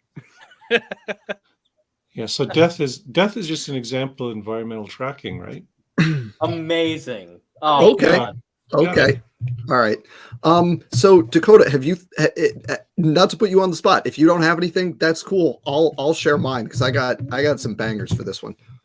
I didn't do my homework. You can rotate me in through to get somebody else who did their homework. So I have so the first one I'm going to share is actually not mine. I want to say this is not mine, and I've looked into this, and I was able to find. So I saw it on Reddit. Of all places, going back a little while, I saw it on Reddit. Some random person on Reddit saying okay. If you can't trust Reddit, who can you trust? after right, No. I mean, come on, randos on Reddit like this. So after I saw it on Reddit, I googled around a little bit trying to find this, and the only thing I could find that was even a little bit related was on Emery Moyna's blog in his image. Ooh. And it was the idea was he has a post. I don't know when it is. I could go find it if I wanted, but it had the idea of plants, because plants are very tolerant of being polyploid. So it was the idea that plants, maybe something with genetic entropy, I forget the specifics of it, but basically ploidy in plants is relatively fluid over, since creation. So what the person on Reddit said was that this is the solution for the problems that have been raised with like created heterozygosity, explaining the level of genetic diversity. If you just posit that Adam and Eve were massively polyploid at creation, you no longer have the trouble of generating the level of diversity because you can have what? I know lots of alleles. I know it's my like weirdly good memory with this sort of thing, but I think, oh god, what was his username? It's I remember it. No, I Like, know it. I kind- remember this guy. This It was- on good footing, I think. I think it was dirt related though. it's on good soil. That's what it is. That Who's was on it. good soil? Yeah. I don't. So it was some Reddit. Someone on Reddit is so it was on good soil or whatever their username was. This is literally, I have no like real creationists that I know of have like talked about this. But I know that again, in his image, Emery Moyna, he's got a YouTube channel, Young Earth Creationist. He kind of alluded to something along these lines in the context of plants. But this other guy, I don't know who it is. This other person on Reddit kind of made the argument that it could apply to everybody, and that the breakdown from polyploid, the loss of diversity, to modern day diploidy is consistent with like Jeanson's stuff and with genetic entropy. Like it works with a lot of the ideas of kind of degeneration over time. Loss of ploidy is part of that. So this is the created polyploidy thing. And wouldn't that be more consistent with like the evidence we have that like as much as Tompkins says chromosomes can't fuse, but like we know from the created kinds model alone that like even different groups of like horses have had chromosomal fusions. Isn't that consistent with that idea? I mean, it could be, yeah, I guess. Hey, you're the one who came up with it, man. I'm looking to you for certainty. No, I'm passing it on. I'm saying some person, and I'll say this. I wouldn't be bringing it up if I didn't think it was a better idea than created heterozygosity for explaining how you get 1,000+ alleles for some human genes. Well, Polyploidy is a way better example, is a way better explanation for that than having warp speed rates of recombination, right? Well, That's the just thing about created heterozygosity. The biggest problem that comes up for me, like I feel like no one is talking about how large these genomes would have to be, like for organisms, for orders like Chiroptera, right? Like the extreme diversity in all modern Chiropterans, like across their order, the heterozygosity you have to pack into that progenitor bat pair. Ploidy just works better. I mean.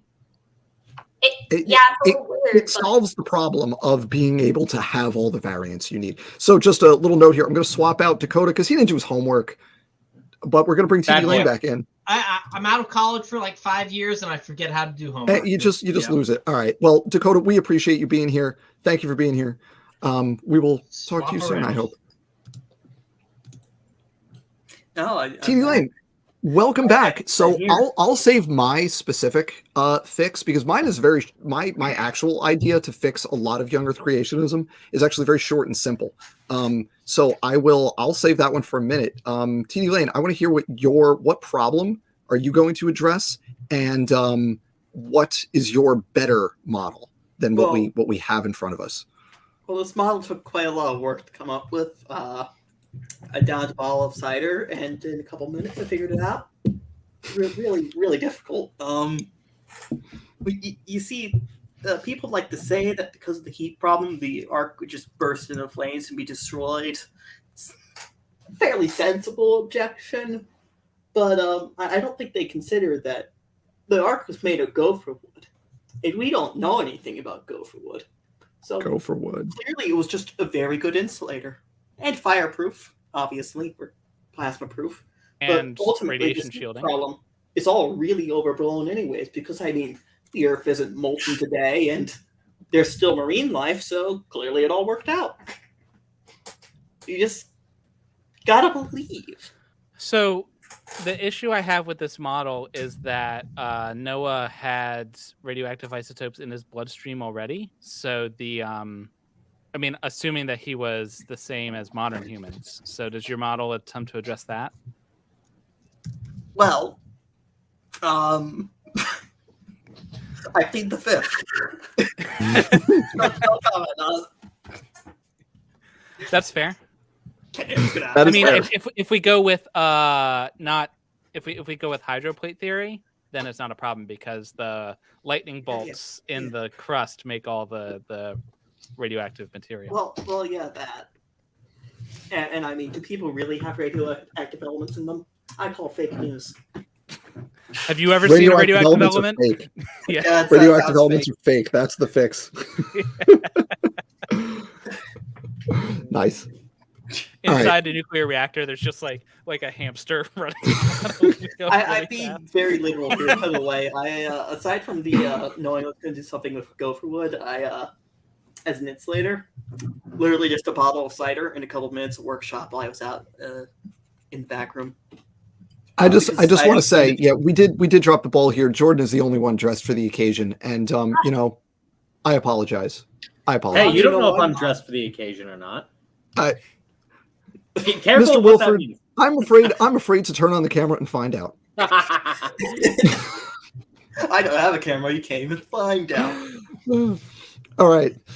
Thank you, TD, for that one. So, all right. So here's my legit fix. One of my favorite things is creationists tying themselves in knots, trying to somehow rationalize a model of human migration and radiation that does not originate approximately in modern day Ethiopia.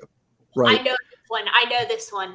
You know this one. It's I so know good. this It's one's so good. so So, and Dr. Rob Carter has written about this. He's like 6 ways you know humans came from the Middle East. And it's like he goes through this list of things, but they're all contradictory with each other. So it's like they were hypermutating. Like, okay, but then they're going to have worse linkage they're going to have higher disequilibrium if they were hypermutating, because then each lineage is doing its own, like that doesn't solve And any of the problems. heterozygosity too, right? Right. It doesn't solve. And then the nesting problem where like, okay, but then why are African populations at the root of the phylogeny, right? So it doesn't actually solve any of the problems. Here's the solution that YECs need to get on board with. The Ark. This is so easy. The Ark landed on Kilimanjaro. That's the answer. The Ark landed on Kilimanjaro. Like all extant humans radiated from the Ark after it landed on Kilimanjaro. Dan, I'll do you one better. We solved it. Dan, I'll do you one better. Just instead of that, it still lands on Ararat, but the continents aren't done moving yet. So then the continents just kind of shift Ararat from Ethiopia all the way over to Okay.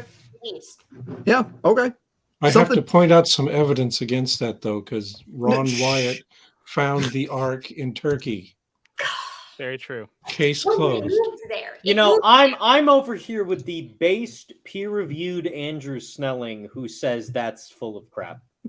It's peer review. You know, if you can't take Snelling's word for it, whose word Who can would you I take? trust? Exactly. What is the world coming to?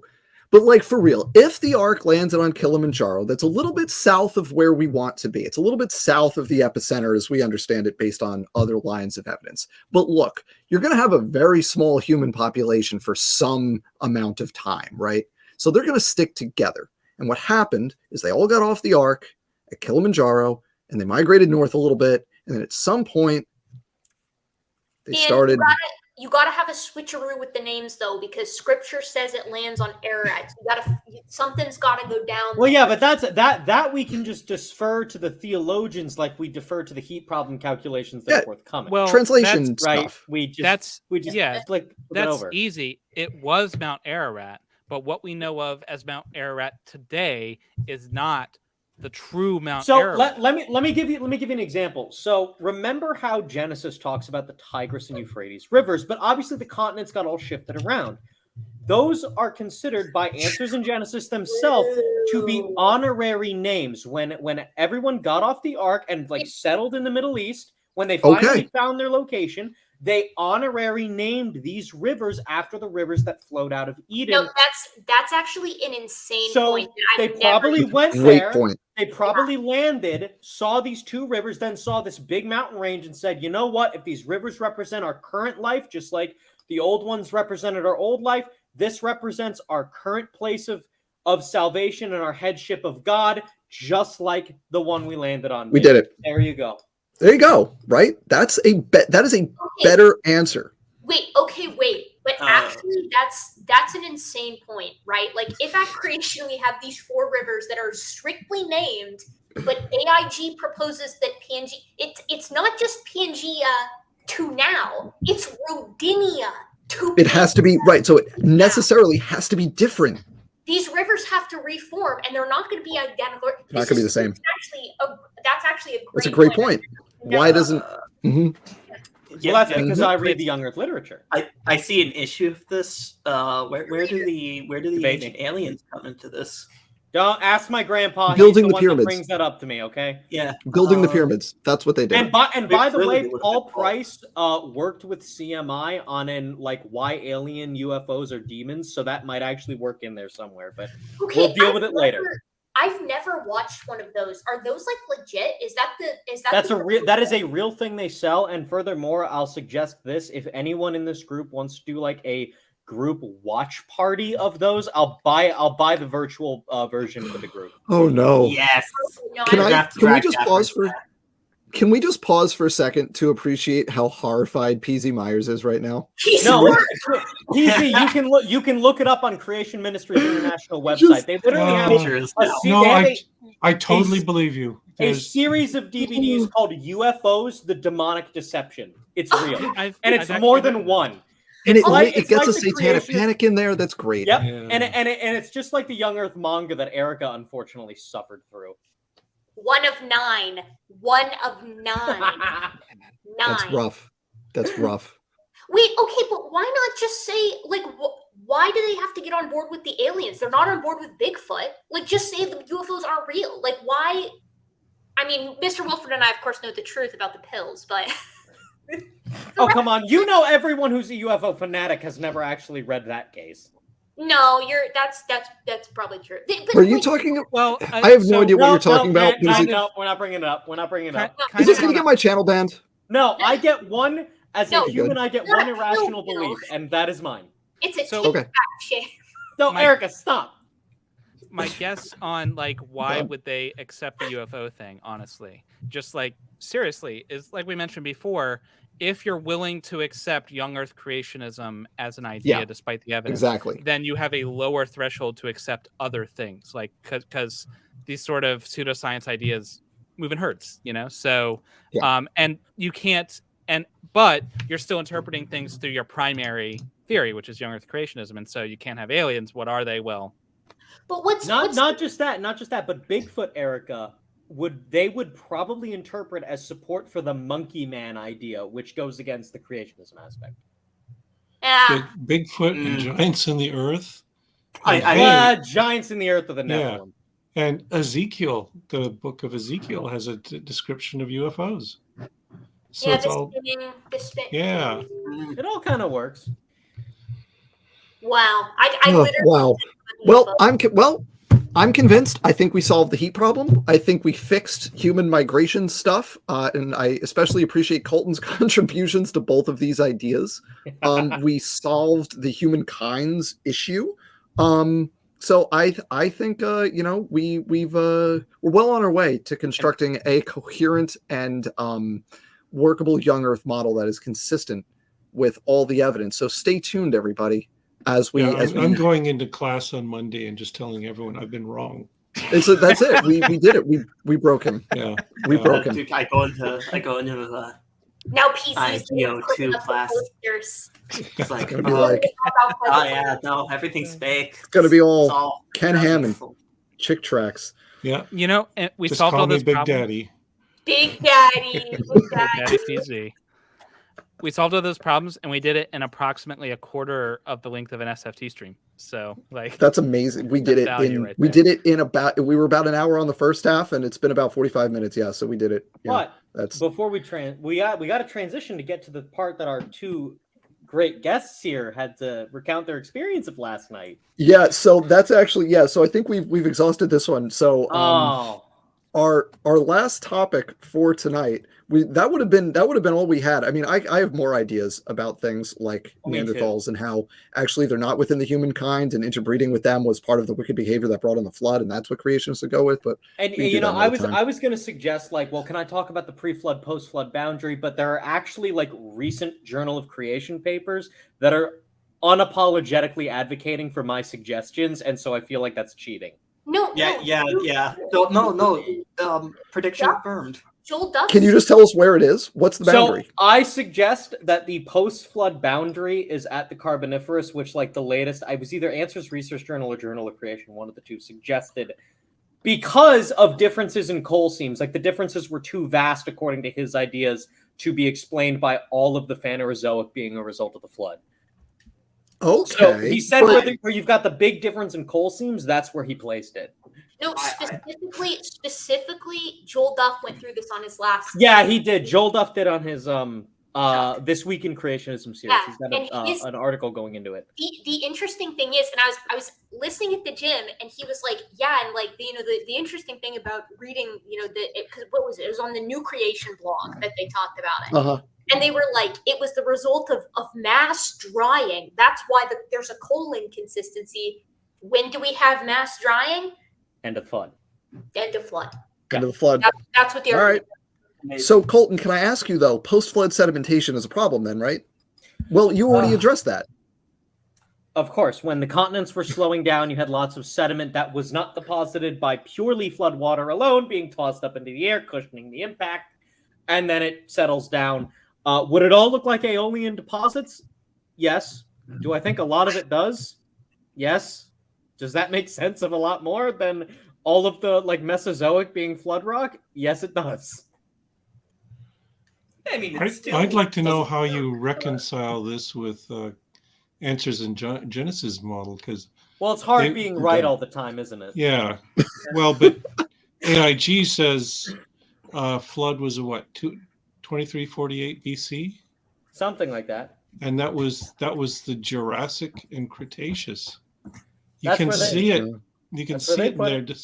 But Creation Ministries International has already told them to kick rocks, pun not intended. And said that it's at a different boundary. So I'm free to disagree too. It's academic freedom. What is this, 1984? The point of this exercise is to come up with a better model. Here's what the YECs say. The professionals, here's what they should be saying. But the thing is, for my suggestion, they are starting to say that in at least some groups. Which is great. So I feel like it's kind of cheating. Yeah, TD, you go ahead. Well, personally, I think the flood boundary is yesterday. All right. Prove me wrong. Prove me wrong. Do it. Prove me wrong. Wait, I live in Florida, and there was flooding on a boardwalk near me yesterday from the last storm that I saw. So yeah. For Colton, the flood boundary was last week. Too soon. I mean, we just got a freak thunderstorm, so yeah, flood literally just like an hour ago. All right, Erica, you were going to say something a second ago. I just thought of this one on the fly. So you know how there's no death before the fall, right? And we've got a carnivore problem, where all our early carnivores. We got a carnivore problem. They have carnassials. They have very blade-like incisors. They're dentitions all over the place, and I think it's very hard to argue, especially with the implied gut system, simple gut system that these things have, that they're going to be leaf eaters. So what about this? We know that insects are not actually alive. Arthropods, they're all not alive according to this model. So every carnivore is an insectivore, and they're eating the big-ass arthropods, Arthropleura, these big Megalania, the big guys that are roaming around in the Carboniferous, because they all lived in the garden. They're just eating insects. Amazing. Solved. They don't have the breath of life. They don't have the breath of life. So it doesn't count. It doesn't count. There you go. Sorry, PD. Arthropods. To be clear, I know Arthropleura. It's not a Not an insect. I'm with you. Oh, so that's why trilobites are extinct. Yeah, They they were didn't all- count. Yeah. Oh. Makes All right. sense. Okay. So before I don't want this to go for, ever. So let's wrap this up by talking about last night. So what I'm going to do is I'm going to keep Erica and Jordan because the three of us had an event last night. And I'm going to say goodbye to Mr. Wilford, TD Lane, and PZ Myers. I Thanks for appreciate you having being me. here. Before- Thank you before all you so kick me much. out- before you And kick then me out, I just want to say, let's I was see, so- spectator for that, and I laughed really hard at that. Just it was a thing. So we're gonna just briefly have a brief debrief from last night because that was a whole thing.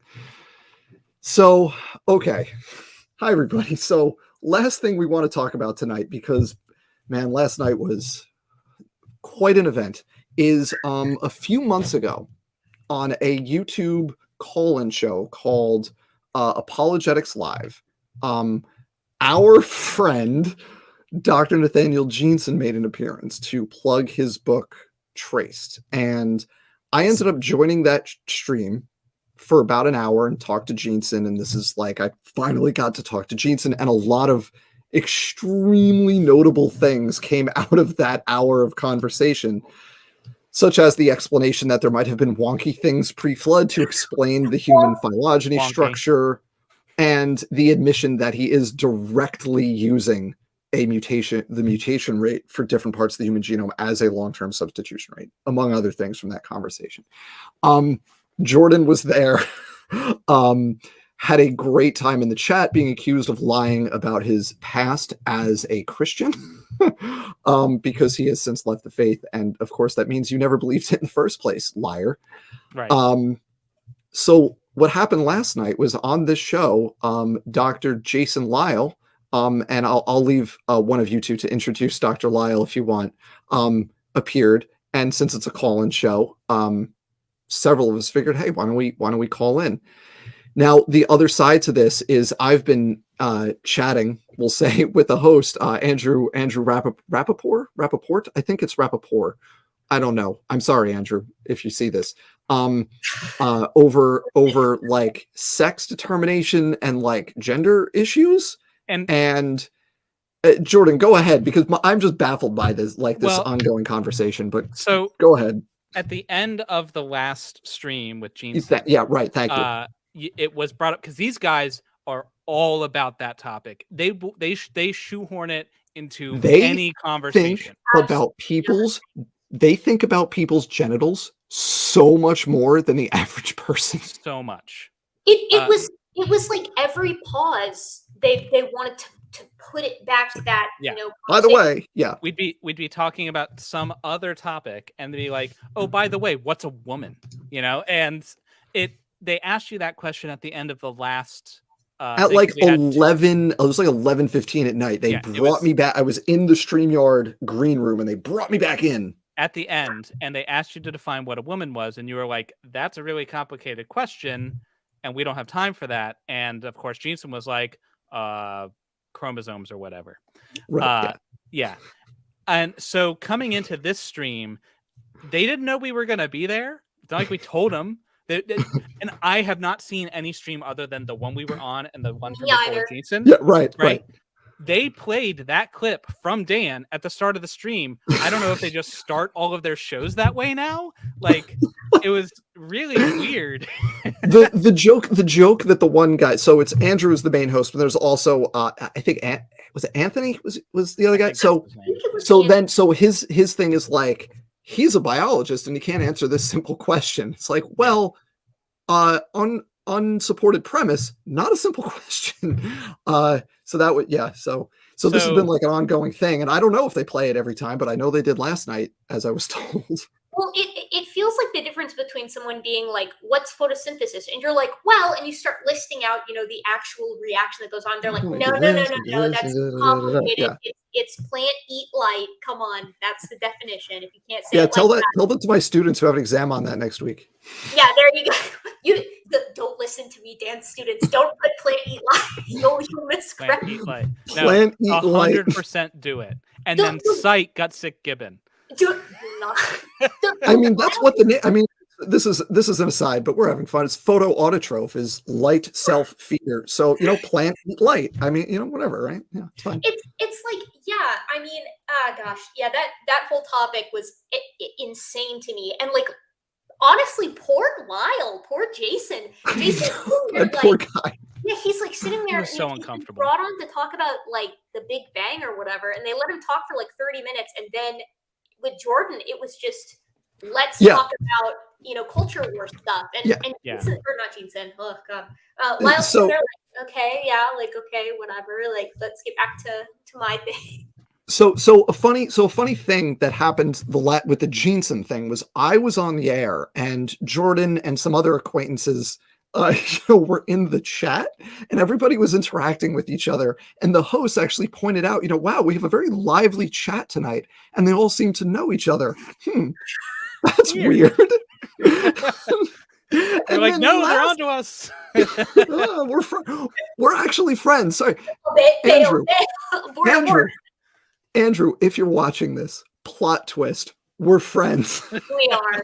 We're friends. We're friends. Okay, So but the thing is, if one of us hears that one of the big names whose work we all know is going to be hosting an open room, it's not a conspiracy. We all go talk to the guy. Like, you go talk to the guy. Yeah, a few months ago, Michael Behe was on a show on a channel called Canadian Catholic. Michael Behe was on there, same format. I jumped on, I talked to Behe. Dapper jumped on and talked to Behe. Like, if one of the big names is available, we want to talk to them. Do it. Yeah. So what happened last night was Lyle talks for about 30 minutes, just Lyle and the host. Lyle doing Webb telescope, Big Bang, that kind of stuff. And then Jordan was the first one in the green room of us. There were some other people, I think, but then you were the first one to go in, and immediately it got derailed into this "you were never a real Christian" thing. And so I wasn't there for this. So I was late to this party because I was at work until like 9:15 last night. So I only caught the latter portion of this, but I went back and listened to it all today, and it was hilarious because and Jordan, I want to hear your thoughts specifically about all this, but as someone who kind of listening to it cold, the impression that I got was that you have heard this conversation so many times and you have zero F's left to give. His quote was literally, if I had a dime for every time, like right, for every condescending comment like that. Yeah. So tell us what in the world. So I wasn't planning on jumping into this chat at all. I was just like sitting in my living room. My wife was like watching a movie or whatever, listening to this, and they mentioned, because I was engaging in the chat, they're like, oh, this Reason to Doubt guy is over there too. Let's talk about him. And they went to my channel. They read my channel description. Like, oh, he says he used to be a Christian. He's a liar. He's a liar. He never believed that. He's a degenerate human being. And I was like, what the ever-living F? Like, you can call me a lot of things. You're not going to call me a effing liar. And so I was like, give me the link to your stupid chat. I'm coming in. Let's do it. And yeah, the whole thing was, so their point, which they weren't described, that they were overplaying it. What their stance is, it's a very common stance in Christianity and some strains of Christianity, is that it's basically once saved, always saved. If you were ever a saved Christian, you cannot leave the faith by definition. So if you do leave the faith, you were never really a Christian, which, okay, fine, fair enough, whatever. What I object to is not that. What I object to is them saying, no, you never believed it. Right. And I'm like, dude, yes, I did. I was there. Like, it in my brain. And I told them at one point, like, you're talking, there was only one person in this talk who has access to my brain, and it's me. Like, what are you doing? I love that line. It was so frustrating to listen to too, because you were impeccably patient, I think, for somebody who is having literally they're here challenging your integrity. They're saying that you've created this YouTube channel to lie effectively, and like that I couldn't even believe it. It was so a lot of things, but rude was at the top of my list. Like that's the nicest word that I mean, just how, like, Jordan, you used the word condescending, but just like how arrogant is it to presume that you are able to tell somebody else what they genuinely believed at some time in the past when they themselves are telling you the opposite thing? Yeah. It's just, that whole conversation was just mind-boggling to me.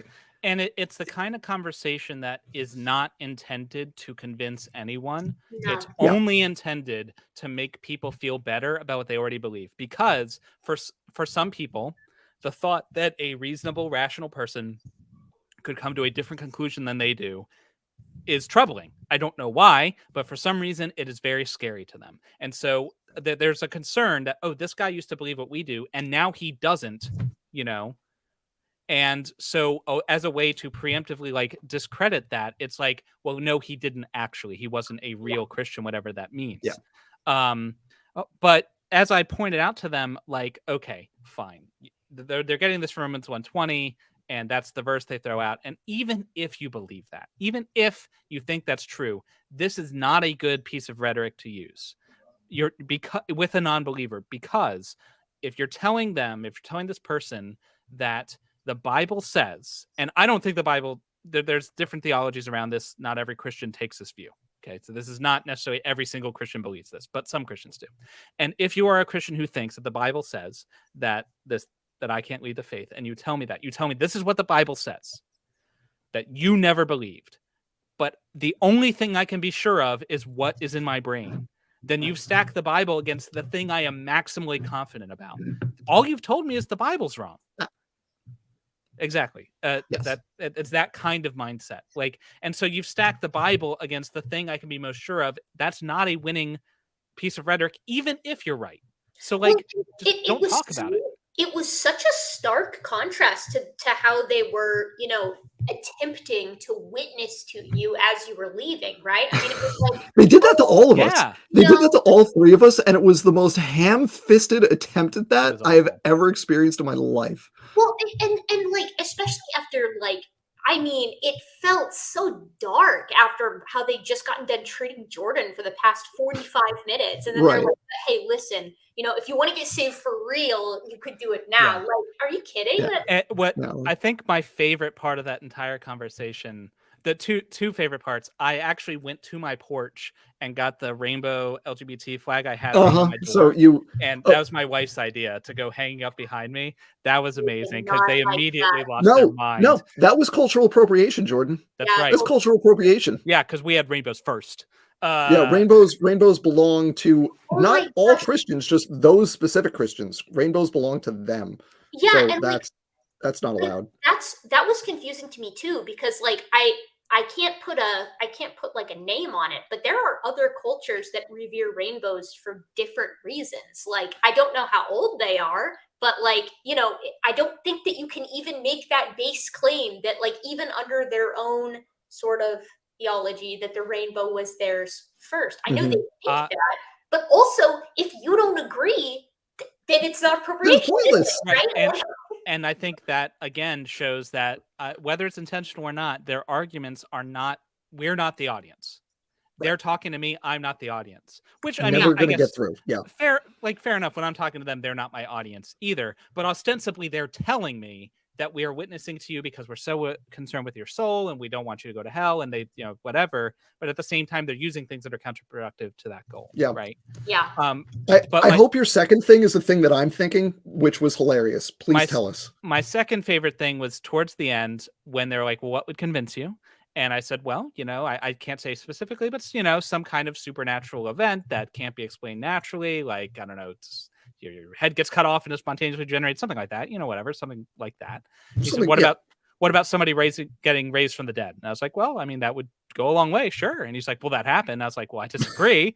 And he said, it's in historical documents. My gosh. I was like, can you tell me which ones? He's like, well, you should read a book called Cold Case Christianity. And I was like, bro, I am so far ahead of you right now. You have no idea. Like, what do you bring this bush league bullshit over here with. And he was like, right. but there's extra biblical sources. Didn't you know that? I was like, really? Which ones? Are we talking about Josephus? Are we talking about the Testimonium Flavianum in Antiquities 20? Because that's disputed by the scholars. Or are you talking about the reference in Antiquities 18 to James, the brother of Jesus? Because that's a good reference for Jesus existing. Or maybe you're talking about Tacitus. That's 2nd century. Yeah. Like, I was What like, that you immediately have this game? what that immediately reminded me of was a thing that happened on Colbert many years ago of James Franco trying to stump him on Lord of the Rings trivia, and he's like, name 2 of these things, and he's like, oh, do you want this just one? 2 of them AR. Yeah, right. It's like this one or this one, and he names like all of them. He's like, you come into my house. Right, exactly. It was that. It was like, how dare you pull that on me? Yeah, it was great. That was the exact moment I was thinking when you just rattled off all of the extra biblical sources they could have mentioned. Yeah. Well, and you could see it. You could see the panic, right? In these, like when he was like, "Oh crap, he's actually already done the legwork," and for someone who's genuinely taking the position, like trying to force themselves to believe that you were never a Christian, that has to be very scary to hear that all of the reading that they've done that convinces them did nothing for you. Nothing. That's got to be pretty scary, you know? And I mean, like, I just So that was the thing. Like I've said, I'm an atheist, but reasonable people can be Christian, and that's fine. Like, reasonable people can disagree, but these were not reasonable people. And more importantly, they were dicks. Yeah, that is fair. They've that is my experience. Let's put it that way. Despite we'll get to my conversation with them in a little bit because I was third in line. A very pleasant conversation last night, but I'm going to second that impression from previous conversations. Before we get to my conversation, Erica, you hopped on there to talk to our friend Jason because Jason Lyle was a very awkward chaperone for that entire conversation with Jordan. Then, Erica, you went on and actually talked to him. Yeah, Jason was like chomping at the bit too. I think he was so glad to like finally have something to say, which, you know, I was very awkward. I was glad to be the sounding board for that.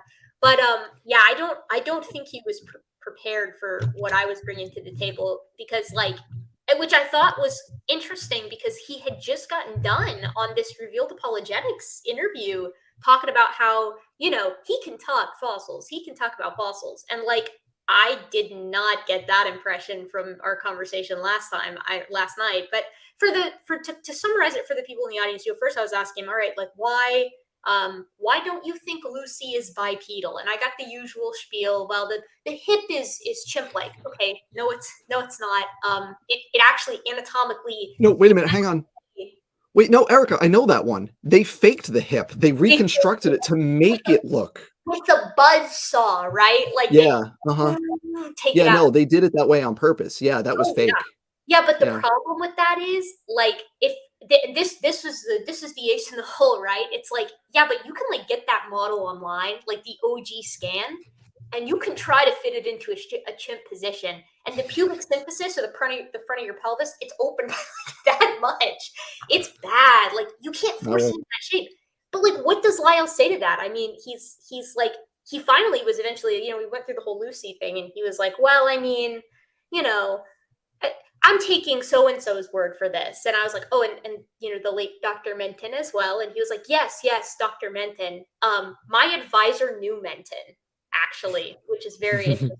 And that's a conversation for another time, so I don't dox myself, but it's, you know, an interesting thing. And then we went on to the chimp-human genome similarity, and I was like, oh, I mean, yes, like this is Jeffrey Tompkins, right? And he's like, oh, yes, Jeffrey Tompkins. Right? Because everybody in this room knows the Tompkins problem. And you know, it worked well for me, right? Like, Lyle didn't really have anything to say other than like, okay, I'll look into it, which is like, you know, that's what old Donnie Deals used to say when he gets stumped. Oh, I'll check out your sources. He even Hent as well. Yeah. So I will say, like, I would rather someone be honest and say they don't know than make up some nonsense. Sure. Totally. For sure. And that's but there's a next step there, you know. but also then don't make do that checking before you record the video on the topic. This is Do the exactly right. homework. I mean, I still make mistakes, and before I make a video on something or go on to another person's channel, whatever I'm going to be talking about, unless it's something casual like this, I've done my homework because I don't want to make myself, look bad. Anyways, it was all super cordial and chill. And I found out the reason why later. They had to use the kid gloves with me because I'm the weaker vessel. We'll get to that. Yeah. Very Yeah, true. they were nice to the femoid for that reason. Can I just point out? So, Jordan, go ahead. I was just gonna say that came up during Dan's thing, so we'll talk about that maybe in more detail there. But they did throw that out there. They said, "Oh, well, women are the weaker vessel." We don't have time to get into that. And one of their supporters, like one of their long-term listeners in the chat, was like, "No, you can't just throw out women are the weaker vessel and not have time to talk about it." Like, yeah. Well, the wild thing is, Dan's response to that. I know we're going to talk about this. We'll get there. We'll get there. Let's save it. But I want to stick with yours with Lyle because you pinned him down on this pretty hard, and it was like, no, this is because you got the receipts on this one. Yeah, that's and thing, right? Right. You're kind of an expert in this. It's kind of your field, and Lyle is an astrophysicist. It's not his field. And then you said something that was the gentlest knifing I have ever witnessed in my life. And what you said was, if I was talking outside my field, I'd be making mistakes too. It was so subtle. It just went I didn't hear it at first. I actually missed it. Dan was like, that was a shard blade cut is what that was. I know people here will understand what I'm saying. Yeah, that's what. Yes, our Simpson fans, of course. Severed straight to the soul. I said it, and I was like, that was mean. I was like, I said that. I was like, you know what? I feel less bad because I went back and re-listened to most of it while I was at the gym today. I'm fresh on Jordan's stuff. I didn't even get all the way through the even first half of mine, but I did hear the beginning of mine where I was like, okay, I really want to talk about human evolution because you've talked about this on another thing, but I really want to talk about astronomy too. So do you have a preference? The host, would you rather? Yeah, you were nice. You were nice. Rather talk about human. And Lyle sat back and he said, no, you want to talk about fossils? Let's talk about fossils. And I was like, okay, then. You messed up, bro. Let's go. And it was chill. Of course, at the end they sort of witnessed to me as well, and I was kind of on the gentler. I was pretty gentle. I mean, my whole take was basically they did the whole, are you a liar? Are you have you stolen? And if you have, then you. My eyes rolled so far back in my head, I saw my brain. Well, and as if doing what we're doing, we don't hear that. We're not exposed to any theology. Yeah, it's oh my God, I can't believe I never considered this. Thank you for bringing this to my never attention. Heard this idea before in my life. Well, and I was just kind of it was very, what Jordan put it right. It felt very condescending. And I mean, I really wished that it was coming from a good place, but I feel like after watching Jordan's conversation immediately before, I don't think I can take that step. But it was also, I was just they're pre-suppers, so it wasn't really going the way that they wanted it to. Because I'm, my position is I could be, I'm an agnostic. I'm an eternal fence sitter of dude, whatever. I'm also a bit of an apathist. I don't know, I don't care that much. It's the I don't care that gets people, because once you get to here's what I think, why? Because I've thought about it and I just don't care that much. And that's the end. Yeah. And apathyist. Yeah, I like that. But at the same time, I've reached the point with my personal self where it's I feel like a lot of this stuff can't be known, at least not to the degree that I would want to know it. And so I'm just I guess I'll find out when I'm dead. And then they were appalled by the idea that, it's well, maybe it's universalism, right? Maybe God sees my heart and he knows I'm trying to be a good person. They didn't like that. I knew as soon as they asked you what kind of church you grew up in, I was immediately expecting them to be because the Catholics, because I've gotten that one, because I grew up Catholic. So I have more times than I can count in the middle of this conversation. So what was, how did you grow up? And as soon as that comes up, there's oh, that explains it. They go, right? Yeah, the Catholics. Ooh, not the real. Yeah. Ooh, dirty. Yeah, so I was Yeah, kind because of they're not disappointed real they didn't ask me that one because I was ready for the Catholic thing. I You're was right. so Yeah. ready. I have to say, like, the whole time I was having my conversation, Erica was having her conversation, I was just like, get to Dan, because I was so Okay. excited. Okay. Dan, So go. So I jumped in to talk. I had a brief question for Lyle about his collaboration with Jensen and some stuff about Lyle repudiating this idea of continuous environmental tracking that we mentioned earlier and endorsing natural selection as a real thing. And I got him to basically explain how he says that humans are subject to natural selection, which cool because that invalidates Nathaniel Jensen's work on the timeline for the most recent common ancestors, because we're not going to go into the math of it, but he basically, in order for his math to work, you can have no natural selection, like zero, not a little bit, and it's okay. It's like, no, zero. It must be zero in order for it to work. We had all touched base beforehand when we knew like that this was going to happen, because we all had different things we wanted to talk to Lyle about, and like yeah. I know that the spin for this is going to, oh, Dan tried to trick Lyle into saying something he doesn't. No. You were like, I want to be extra double super crystal clear. Right. Is this what you're saying? And he was this like, is your this is given the implications, this is your position. Right. He was even like at one point, well, that's Jensen's, but what I think is yes, XYZ. Like right. This is not a trap. This was Dan was trying to figure out. That was very nice. That was very nice. Yeah, so, but that wasn't the fun. That wasn't the fun part. That was cool. That's useful. Keep that in your back pocket. Lyle contradicts Jensen. Great. Love having those moments. But the fun part was the second part, because they've been badgering me to come on to talk about the thing that Jordan explained from the last stream I was on, when they brought me back in at the end to say, like, what is a woman? You're a biologist. You can't answer the question. It's like, no. We can talk about this, but it takes an hour. Like, we don't have time to do it. Well, last night we had time to do it. And trust me when I say we went into the details and the complexities of sex determination in humans. And I'll share my thoughts, but I would love to hear your reactions before I share my thoughts on this, because I went into this like 100%, my intention being, I'm going to play this straight. You know, I'm going to be 100% the straight man here, no pun intended. And we're just like, we're going to talk about this as though it is a biology class, and we're going to talk about the details and the intricacies of the biology of like sex determination ultimately in humans. We have to establish a foundation, but like, that's what we're going to do. And that's pretty much what we did.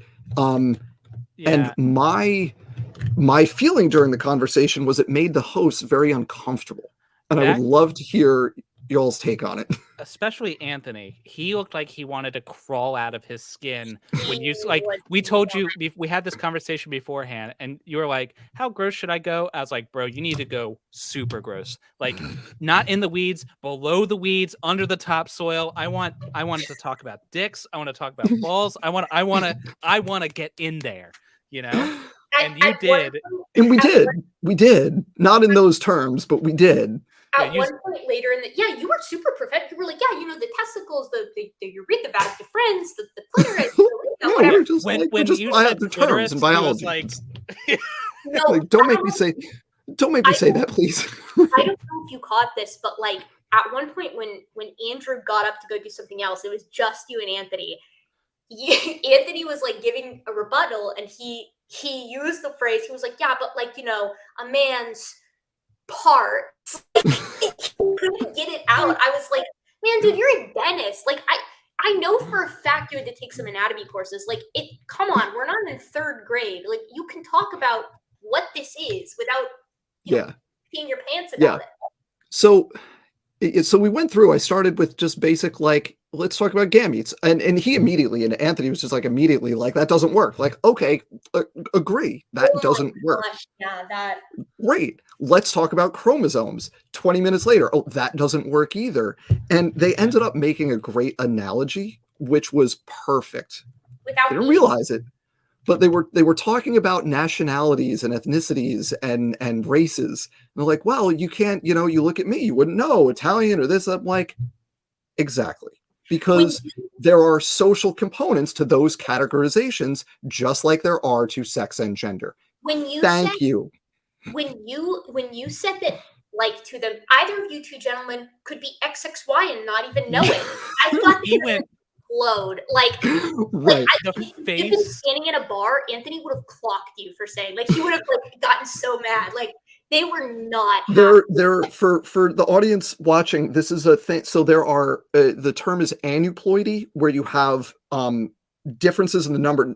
Typical sex chromosomes, either XX or XY, but you can have aneuploidies in that, where you have something other than that. It could be XO, which is just one X chromosome. You could have XXY or XYY or like triple X, or there's a bunch of combinations. And then there's partial ones like that, where you have deletions or translocations. So what you see in your chromosomes isn't necessarily what you have expressed physically, right? If you were to look at the chromosomes, it'd be one thing, but the physical expression morphologically would be different from what you would expect based on the chromosomes. And this is a fairly common thing. And actually, with the rise of like at home, like genetic testing kind of stuff, there's been a lot of stories of people finding out things like this, of like that their chromosomes don't match their expressed sex and gender identities. And it's because of conditions like this. So, you know, it would be unlikely for someone to be like full duplication of, you know, an XXY. Like that typically has a phenotype associated with it. But it's totally within reason to have duplications or translocations of the sex chromosomes. So the point where what you have in your DNA, if you actually survey your chromosomes, is going to lead you in one direction, but you end up developing it in a different direction because of stuff that's happened in there. And that idea clearly made them very uncomfortable, in the same way that there's been this again with the 23andMe and the ancestry.com of like virulent racists finding out that their ancestry is not what they expect. It's similar to that, like that realization that is a possibility. And that was a fun moment. The repeated line we got from them is, well, those are exceptions. Those are mutations. Those are deviations from the normal. Right. Normal. And what we tried to explain to them several times was, you are saying it's binary. It is binary, male and woman. If it's binary, then there's no exceptions, because that's everything. the goddamn meaning of the word. So if it's binary, there can't be, everything has to fit into one of the two boxes. If it is binary, everything has to fit into one of the two boxes. If there are things that don't fit in the boxes, it's not binary. Yeah. The and end. You could, if you wanted, to add enough like exceptions and like caveats, if you wanted to spend decades drawing a line around every single thing that could possibly change, and to just arbitrarily say this is male, this is female, you could do that. But then like it's just arbitrary. You're just picking stuff. Like, who cares? Well, and then that's exactly right. And that led to something that they said that completely illustrated the point I was making, which they started arguing over who was more manly between the two hosts, and talking about manliness, not realizing that the concept of manliness is socially constructed and has changed over time. And it's not even over time. Like, different cultures consider different aspects masculine or feminine. Today, in the past, in fashion, in gender roles, like, which I know they would accept because they think gender roles should still be a thing. Yeah, no, those are sins. Yeah, so but like they all have to be, I guess, right? Like, and you know, whether or not they think they're this what kills me too, like whether or not they think they're from the fall, right, is kind of irrelevant to the variation that is present, right? Like it just doesn't matter for the sake of what we're actually talking about, which is, what is sex? What does sex look like in mammals? What does it look like in humans? And like, these people like lose their minds when you talk about exceptions, but science is all about presenting the full suite of data. If the exceptions exist, you talk about them. If you get a prescription from your doctor and it works 90% of the time, they will tell you 90% of the time this works, right? But 10% it doesn't. So if it doesn't, we'll take a different course of action. But they want it to be so cut and dry. And like, Folding Ideas had a really good video, that In Search of a Flat Earth video, on like why this type of personality, you know, aims to be so reductionist. And like, the point is that it's too complicated. I don't like it. That's what it boils down to. Exactly. And I'm sorry, but It that's makes me uncomfortable. 100%. The facts don't care about your feelings, boys. Like they just don't. Like It's true. Yeah, sorry. it was and the thing is, like, they kept saying things like, well, it's just a small percentage, or all these sort of things, and it's like they seem to talk as if I'm telling them, you can't, like, look at someone and say they're probably male and be female and you'll probably be right. Like, that's not a real, like, yeah, okay, if you look at someone and they present as male, or someone presents as female, and you'll be right most of the time. Most of the time. Most of the time, but not all of the time. And that's all you need. Like That's why it. I don't get why this is such a big effing deal. So That's all. Erica, go ahead. Yeah, that's literally all Dan was saying is like, yes, there is variation, there are exceptions, and we need to appreciate them as a part of human variation because it is a part of human variation. And you know, I got in a spat on Twitter the other day about this exact same thing with regard to the morphology of the pelvis, right? Which, you know, there's the classic. Oh, it's two shapes. That's it. Yeah, it's used for being mean, basically, to people you don't like. And they're like, well, there's a female morph and a male morph.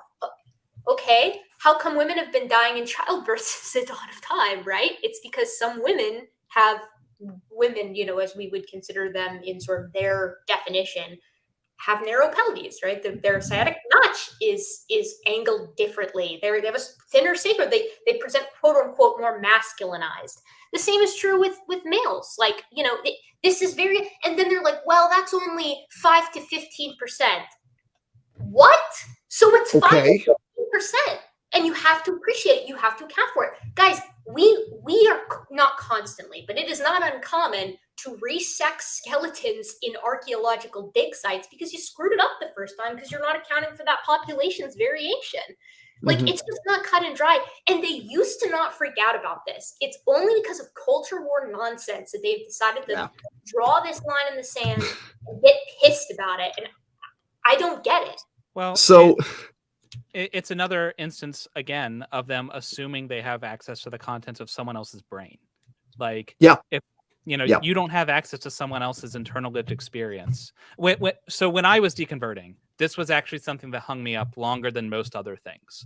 Because I was, you know, anti-homosexual and all these other things from my upbringing. But even when I was a Christian, I'd say I don't understand the problem with homosexuality. But for some reason, trans did fit with my twisted worldview. Whatever, doesn't matter.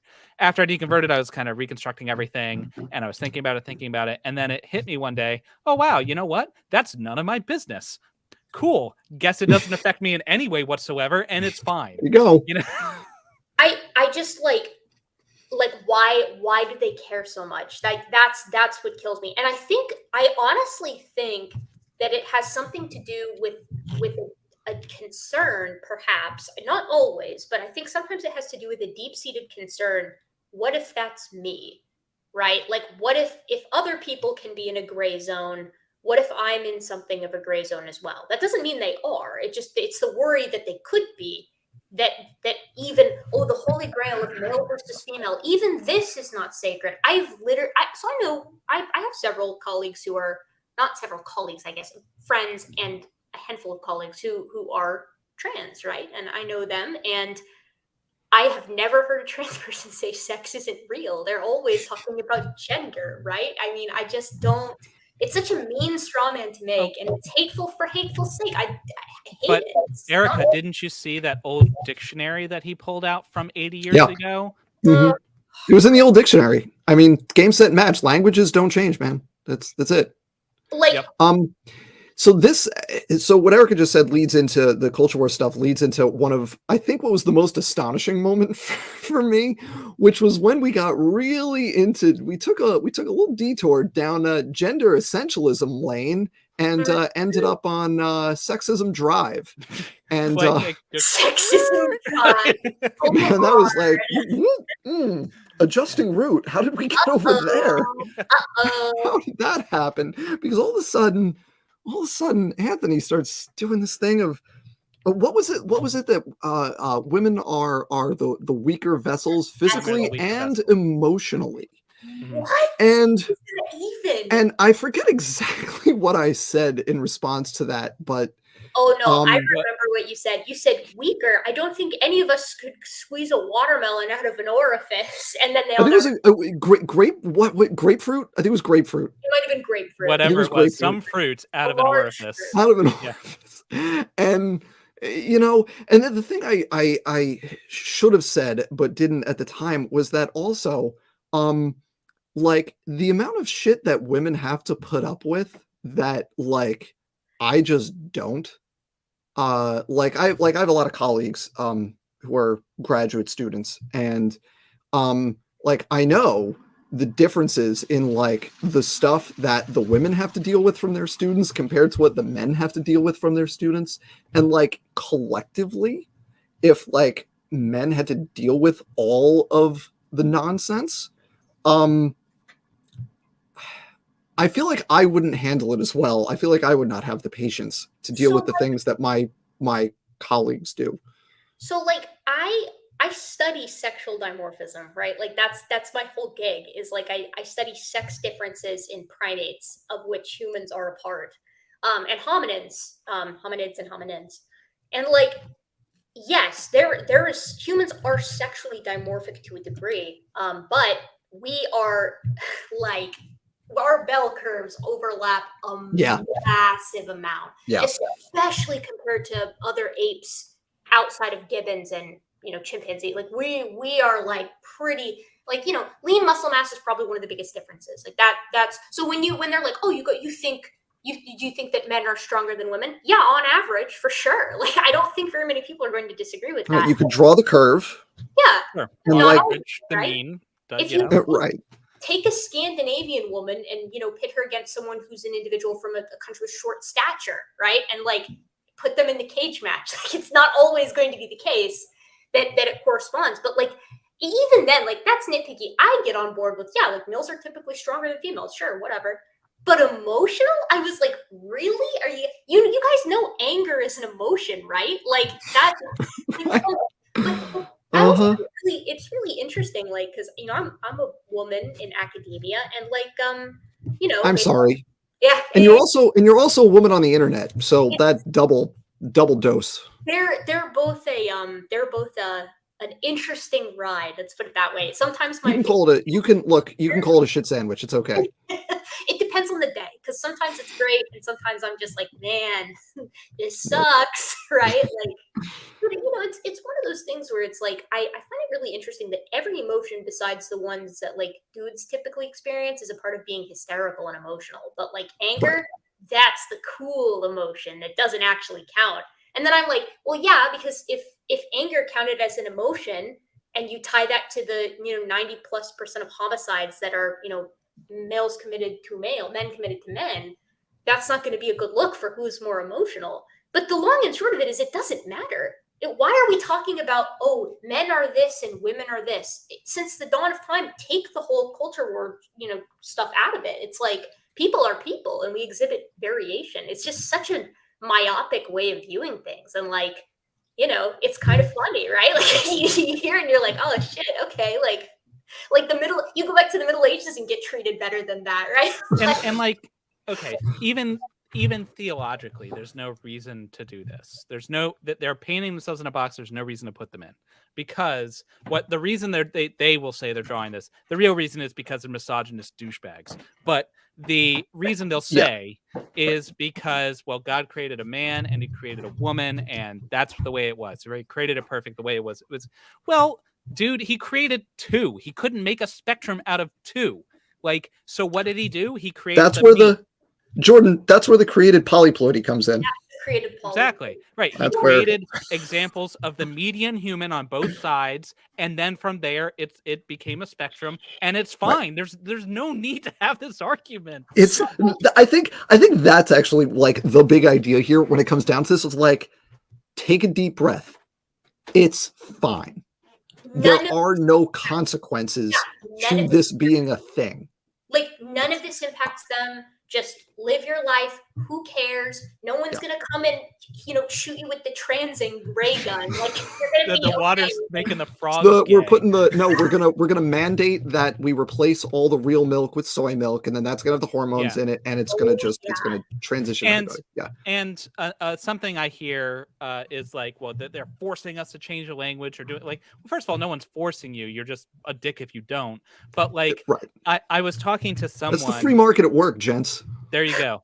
I was talking to someone who is like, well, I would never do that. This happened to be a person who identified as female, as a woman. And I was like, oh, okay, well, I see your name on your profile is Megan, but I think you're actually more of a Nick. So I'm going to call you Nick.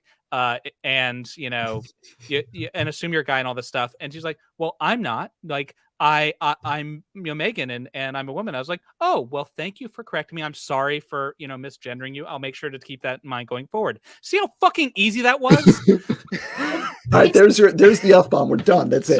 Sorry. I get cheated here. Thanks, Jordan. It's being hateful for hateful's sake. Like, why do you care? Just let off it, man. Like, let people be. If you're so worried, just like, I mean, I guess they're already doing this. Like, just stay away from people you don't want to be around. I guess like no one's making you hang out with all the cool kids.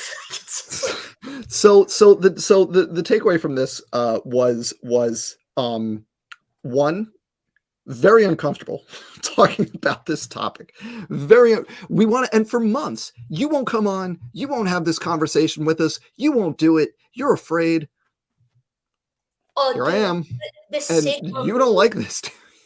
And then, come on, man, just unblock me off of Twitter. And then that was the other funny thing that Andrew blocked me on Twitter the other day, and we were having a long conversation, and I was mostly just like asking questions. And the thing that did it, that what caused him to block me, was when I asked him where he gets his news, and that was the end of it. And it was the whole line of tweet not available. Because this user has chosen to limit who can view their tweets. So it was like, well, all right. I do want to take a second here and thank Carrie Bronson. $5 super chat. Thank you. That's very generous of you. I missed the opening, so I'm not sure what's actually happening here. Neither way, so it's fine. But I'll gladly support anything you lot do. I appreciate that. And I'll take this opportunity to also just plug, if you're not already subscribed to Jordan and Erica, you should do that. So oh, did I clicked on the next thing. Sorry. There we go. So I want to, because the end of that conversation, we kind of exhausted that topic, and and then it got around to the third attempt to witness to the guest that we had in this evening. And I will say, I have been on the receiving end of so many of these freaking attempts at conversion. And like, I've heard it all before. I have been one of my favorite instances of this was when I was in grad school. I was between teaching a class and then going to a session to prepare for the next week of that class. And I was sitting in the student center, just eating dinner and grading papers. And I'm just sitting there and I'm like listening to music. I'm just like, let me just live my life, please. And two bright-eyed undergraduates sit down across from me.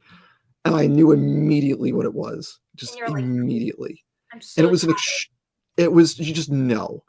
And I will say that those two undergraduates did a better job of it than the hosts last night, because the whole thing that they did last night, and you both experienced this, was basing their whole thing on a set of premises that the ostensible target did not accept.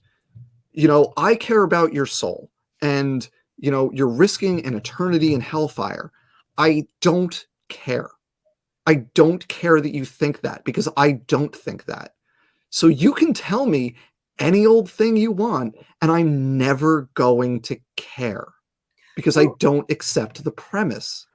It doesn't help that it's like, I've been witness to a lot myself as well. And it's like, you can tell when someone's sincere and when someone isn't a lot of the time. And like, I mean, they were a lot more chill with me, probably because we didn't talk as much. I mostly talked to Jason, but like when they were talking to you guys, it was like, woo, good job. Good job, Mr. Wilford. Good job, Mr. Wilford. My filter isn't perfect. I try my best. It felt so obligatory. Like it was like, look, if God wasn't watching me right now, I probably wouldn't be doing this. Like that's how it felt. It was not heartwarming to say the least. I don't know. I mean, yeah, that's kind of the icky side of like I only stay in line because of the threat of eternal violence against me. Like it was how about just like be decent? It was tactics for its like, own sake. Don't you want to not burn in hell for eternity? And it's like, look, really, like you're gonna try to so the point is that like Christ is all loving, and your tactic is to say, if you don't love him back, roast. Like I mean, I'm not even like when I was religious, like that wasn't even the interpretation I took. Like I was always like a universalist or whatever. Like I don't know. Nice, it just doesn't seem to mesh. Nice soul you got there, Erica. Should be a shame if something happened to it. Yeah, that's right. You want to call the boys in here? It is the extortionist approach to soul saving, which is I find that distasteful personally. Yeah. So I will say, like you said, Dan, if someone genuinely believes this, that my soul is in eternal danger, and because of that they're motivated to sincerely witness to me because they care about me, I approach that much differently than I approach the other thing. Right? Because that I'm not in their heads, so I can't say for sure, but it definitely felt to me like virtue signaling, because they have to do this to check the box to show that they are in fact good Christians and etc. Effort made. Yeah, man, they were so the I there's one feather in my cap that I got from this conversation. I mean, there was the extremely ham-fisted attempt of to witness and from the sex and gender thing. I think I'm the only person that will get them to say clitoris on the air. I think that is I did it. They asked for it. They wanted to have that conversation really badly, and they got what they asked for. So Andrew and Anthony, you are welcome. I hope you appreciated my contribution. So everybody, we've been going for over 2.5 hours here. So I am going to take this opportunity to thank all of the guests from the show. We had a bunch of people rotate in and out because, again, I haven't sprung for the premium version of StreamYard, so we had to rotate people in and out. And yes, I've taken stuff for that throughout the stream, and thank you for the people who have given me that. I appreciate it. And I especially want to thank Jordan and Erica here for staying a little late and doing this bonus content based on our adventure last night, which was amazing. And yes, the host last night also noticed, hey, it sure seems like some of these people know each other. And I just want to say, Andrew and Anthony, if you're watching, we are friends. So it turns out we do know each other. And again, before you spin it into a plot, we genuinely just wanted to talk to Jason Lyle. We just want to talk to Jason. No, literally, Jason Lyle is on. I want to talk to him. So do I. So do. And here we all are. Yeah. Stop inviting big name creationists onto your channel. We'll stop coming. And we'll stop. Well, it's don't take it personally, but we're only coming on for your guests. Yeah, I wish I could and that's the truth. It actually is. There actually is a lair. We're all currently in it, just in different rooms. We'll have our own rooms in the lair, and we're all plotting constantly. This is what we do. Sorry, there is a plot. That's the windows are all fake. We're all underground right now. I'm literally underground. I'm in my basement. I am literally underground. So. Oh yeah, me too, Dan. Me too. All right, so and thank you. I also want to thank everybody who's donated. There've been a bunch of super chats throughout this, and I really appreciate that, everybody. This is legitimately just a hobby for me that I do in my free time, which is why I put things. I put out more content during the summer, and then Labor Day hits, and it slows to a crawl because I have actual classes and things and obligations that I don't have over the summer to the same level of intensity. So I appreciate that people, still follow what I'm doing and want to contribute. So thank you all. Thank you to the guests. Thank you to the subscribers. Hopefully in a few years, we'll be back here talking about we'll have 10K subscribers. But until then, thank you, everybody. I'll have stuff coming up. I'm doing more of this contradiction series right now, and I've got a couple of those in the works, and there'll be more of those down the road, plus some other stuff that is just always simmering on the back burner that eventually I'll get around to doing it for real. So thank you, everybody. I hope you all had a lot of fun, and the link for the conversation from last night is in the chat. So if you want to watch that, it was a real roller coaster last night. I encourage you to watch it. A hoot, a certified hoot. It was a thing. All right. Thank you, everybody. Have a great night. See you next time.